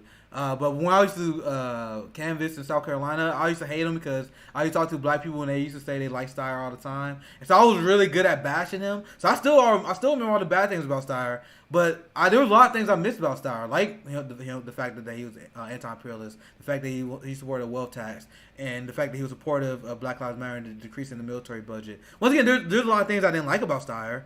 But when I'm looking at the larger picture of things, being anti-imperialism, being on the side of decreasing the police state, and being supportive of a wealth tax, like that alone make you immediately better than the average Democrat, easily, right? Mm-hmm. It make you better than easily better than Elizabeth Warren. Because the fucking craziest thing is, I'll rank Steyer over Elizabeth Warren by miles, miles and miles. Meanwhile, there's some progressives who like Warren. What the fuck is that about? You know what I mean? So once again, I'm not. I mean, we all know the answer to that. But I know I'm far for a Steyer stand. I don't want people. Once again, I'm not trying to back myself in the corner here. But I try to accurately assess people's positions and where they at. That's all I do. And when I look at for people asking Steyer, he was much better than I gave him credit for at the time. Much better than Elizabeth Warren for sure. Much better than Andrew Yang. I don't know if you guys heard me because my Discord cut up. But what I was saying, like, yeah, I'm gonna finish my thought. So I was saying. Far from a Steyer stand, but he's definitely better than Andrew Yang. Definitely better than Elizabeth Warren, right? that's definitely the stance I want down, right? How am I aligned with that one? Leftist said Warren did support a wealth tax. Yeah, but she supported like a couple pennies. Yeah, so she was like, "Look, I'll take like 3 cents from every kabillion. That's a wealth tax, right? Nah, bitch, I didn't do shit. What you gonna do with that?" The problem with Warren is her credibility at this point now, because she backed away on so many things. Like she supported Medicare fraud, backed away on that. Started on Warren. See, get me started on Warren. So I give you the last word because we almost wrap up soon. This was 3.5 hours. This has been a beast stream. No, but Warren said she wasn't gonna take corporate money, and then she took, which was a lie. She already did take corporate money, but then she lied about that. So with the fact that she's a liar, that hurts her credibility. So just like Biden, I could never believe her. So even if people are like, well, she believed this, she believed that. I'm like, bitch, I don't believe anything she says. Like anything. That's the credibility problem. But I'll give you the last word when we end the stream here. Give us a little mini round on Warren. Because no. So I get started. I'm tired. We all know she's a snake. She was never a progressive. You know what she was? She was, speaking of Trojan horse, that's exactly what she was. She was Hillary Clinton's Trojan horse to take down Bernie. That's all she was from the start. If not, please do explain to me why she refused to run. Remember, before Bernie jumped in 2015, he asked her to run. She said no. Yeah. Also, prior to 2015, what was Warren's progressive cred? It was going after Joe Biden for the credit card thing, right? But then look who she put on the committee. She put a bunch of credit card people in there. So how progressive really was she ever? I've said it 1,000 times. Warren never became a Democrat. The Democrats moved to where she was. She is still a Republican. The Democrats, the Clintons and the Obamas pushed the Democratic Party so far to the right that Warren was in the middle. She's not a progressive. She's not even a Democrat. She's still a Republican. Her whole point of entering the race this time was to keep Bernie. She was trying to take votes from Bernie, which is why she refused to drop out. She knew she could not win. That's why she never attacked Joe Biden. She made her career going after Joe Biden. Like that's literally her career started off with opposing Joe Biden, but she never attacked him during the course of the campaign. She was a plant for Joe Biden from day one. That's why I had no respect for anyone, especially at TYT. The TYT used to prop her up, and people wonder why I hate TYT. I don't know if you guys remember. I remember there was literally a video at the time where Cenk Uygur and Kyle Kalinske debated the merits of Elizabeth Warren versus Bernie Sanders. Like. There was no debate. Like Cenk was wrong, just like he is now. So I'm like, I never understood why anyone liked them. Like I remember, I was literally watching. Surprised though, Cenk was a Republican when he was younger too. Don't trust these faux Republicans, because again, if you were a Republican and the last 20 years the Democratic Party shifted to where you were, then all of a sudden you're a Democrat. No, you didn't. Here's the thing: she was 47 when she decided to become a Democrat. Okay, I'm 42 right now. I am fairly damn left. Okay, I'm not even a Democrat. I'm a little bit more left than that by a couple planets.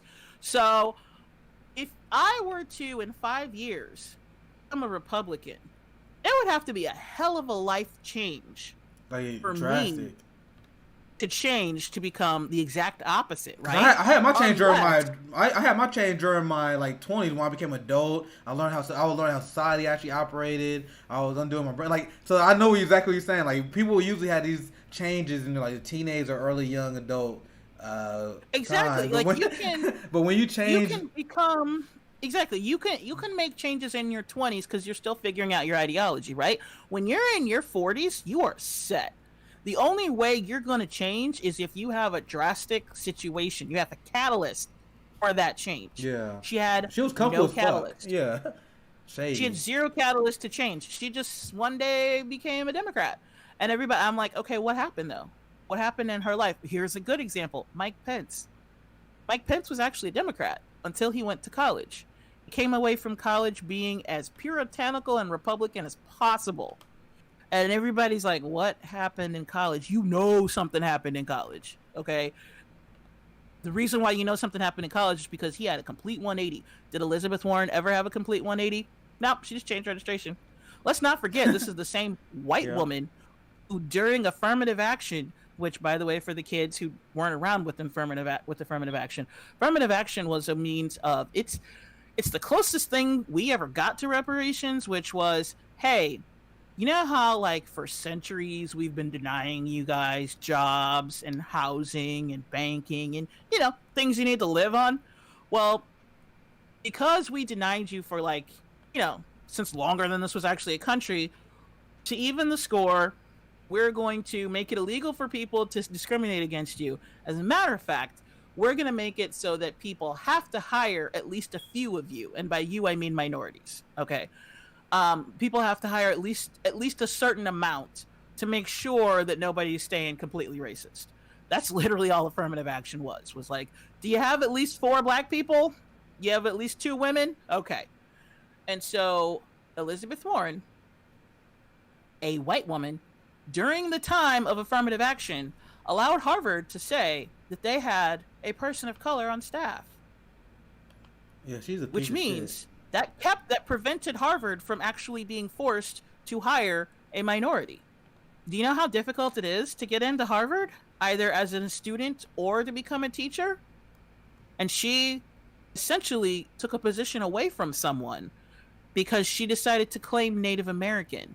And nobody bothered to question her. Yep. So I think miss me with that bullshit when it comes to I feel like that's a perfect mic drop. We about 3.5 hours. I know. I told you I wanted to do a long one today. If anything goes as planned, I'm gonna hit Nico up tonight. See what time we do his stream tomorrow. I think we both gonna be based on what we talked about. I think we both going live at the same time. Like I said, Nico, like, you guys not gonna give me turn on Nico because he props up Black Leftists, and I think he's doing that because he want to get some more people to come on my page. So definitely support. I definitely appreciate him from that. So just stay tuned tomorrow. Like, I'm still thinking to be sometime between 3 and 6, but we got to nail down the exact time. So that's what we're doing tomorrow. So check us out. I'm gonna see if I can get you on there, Jackie, as well. I don't think he have any issue with that. But other than that, please follow, subscribe. Hope you guys enjoy the stream. I'll be back tomorrow with Nico House, and if I get a chance, I might jump on for a little bit later tonight. I mean, I thought I was thinking about doing that, but I did 3.5 hours, so I think I can do the 2-day for maybe later this week. But anyway, thank you guys for checking out the stream.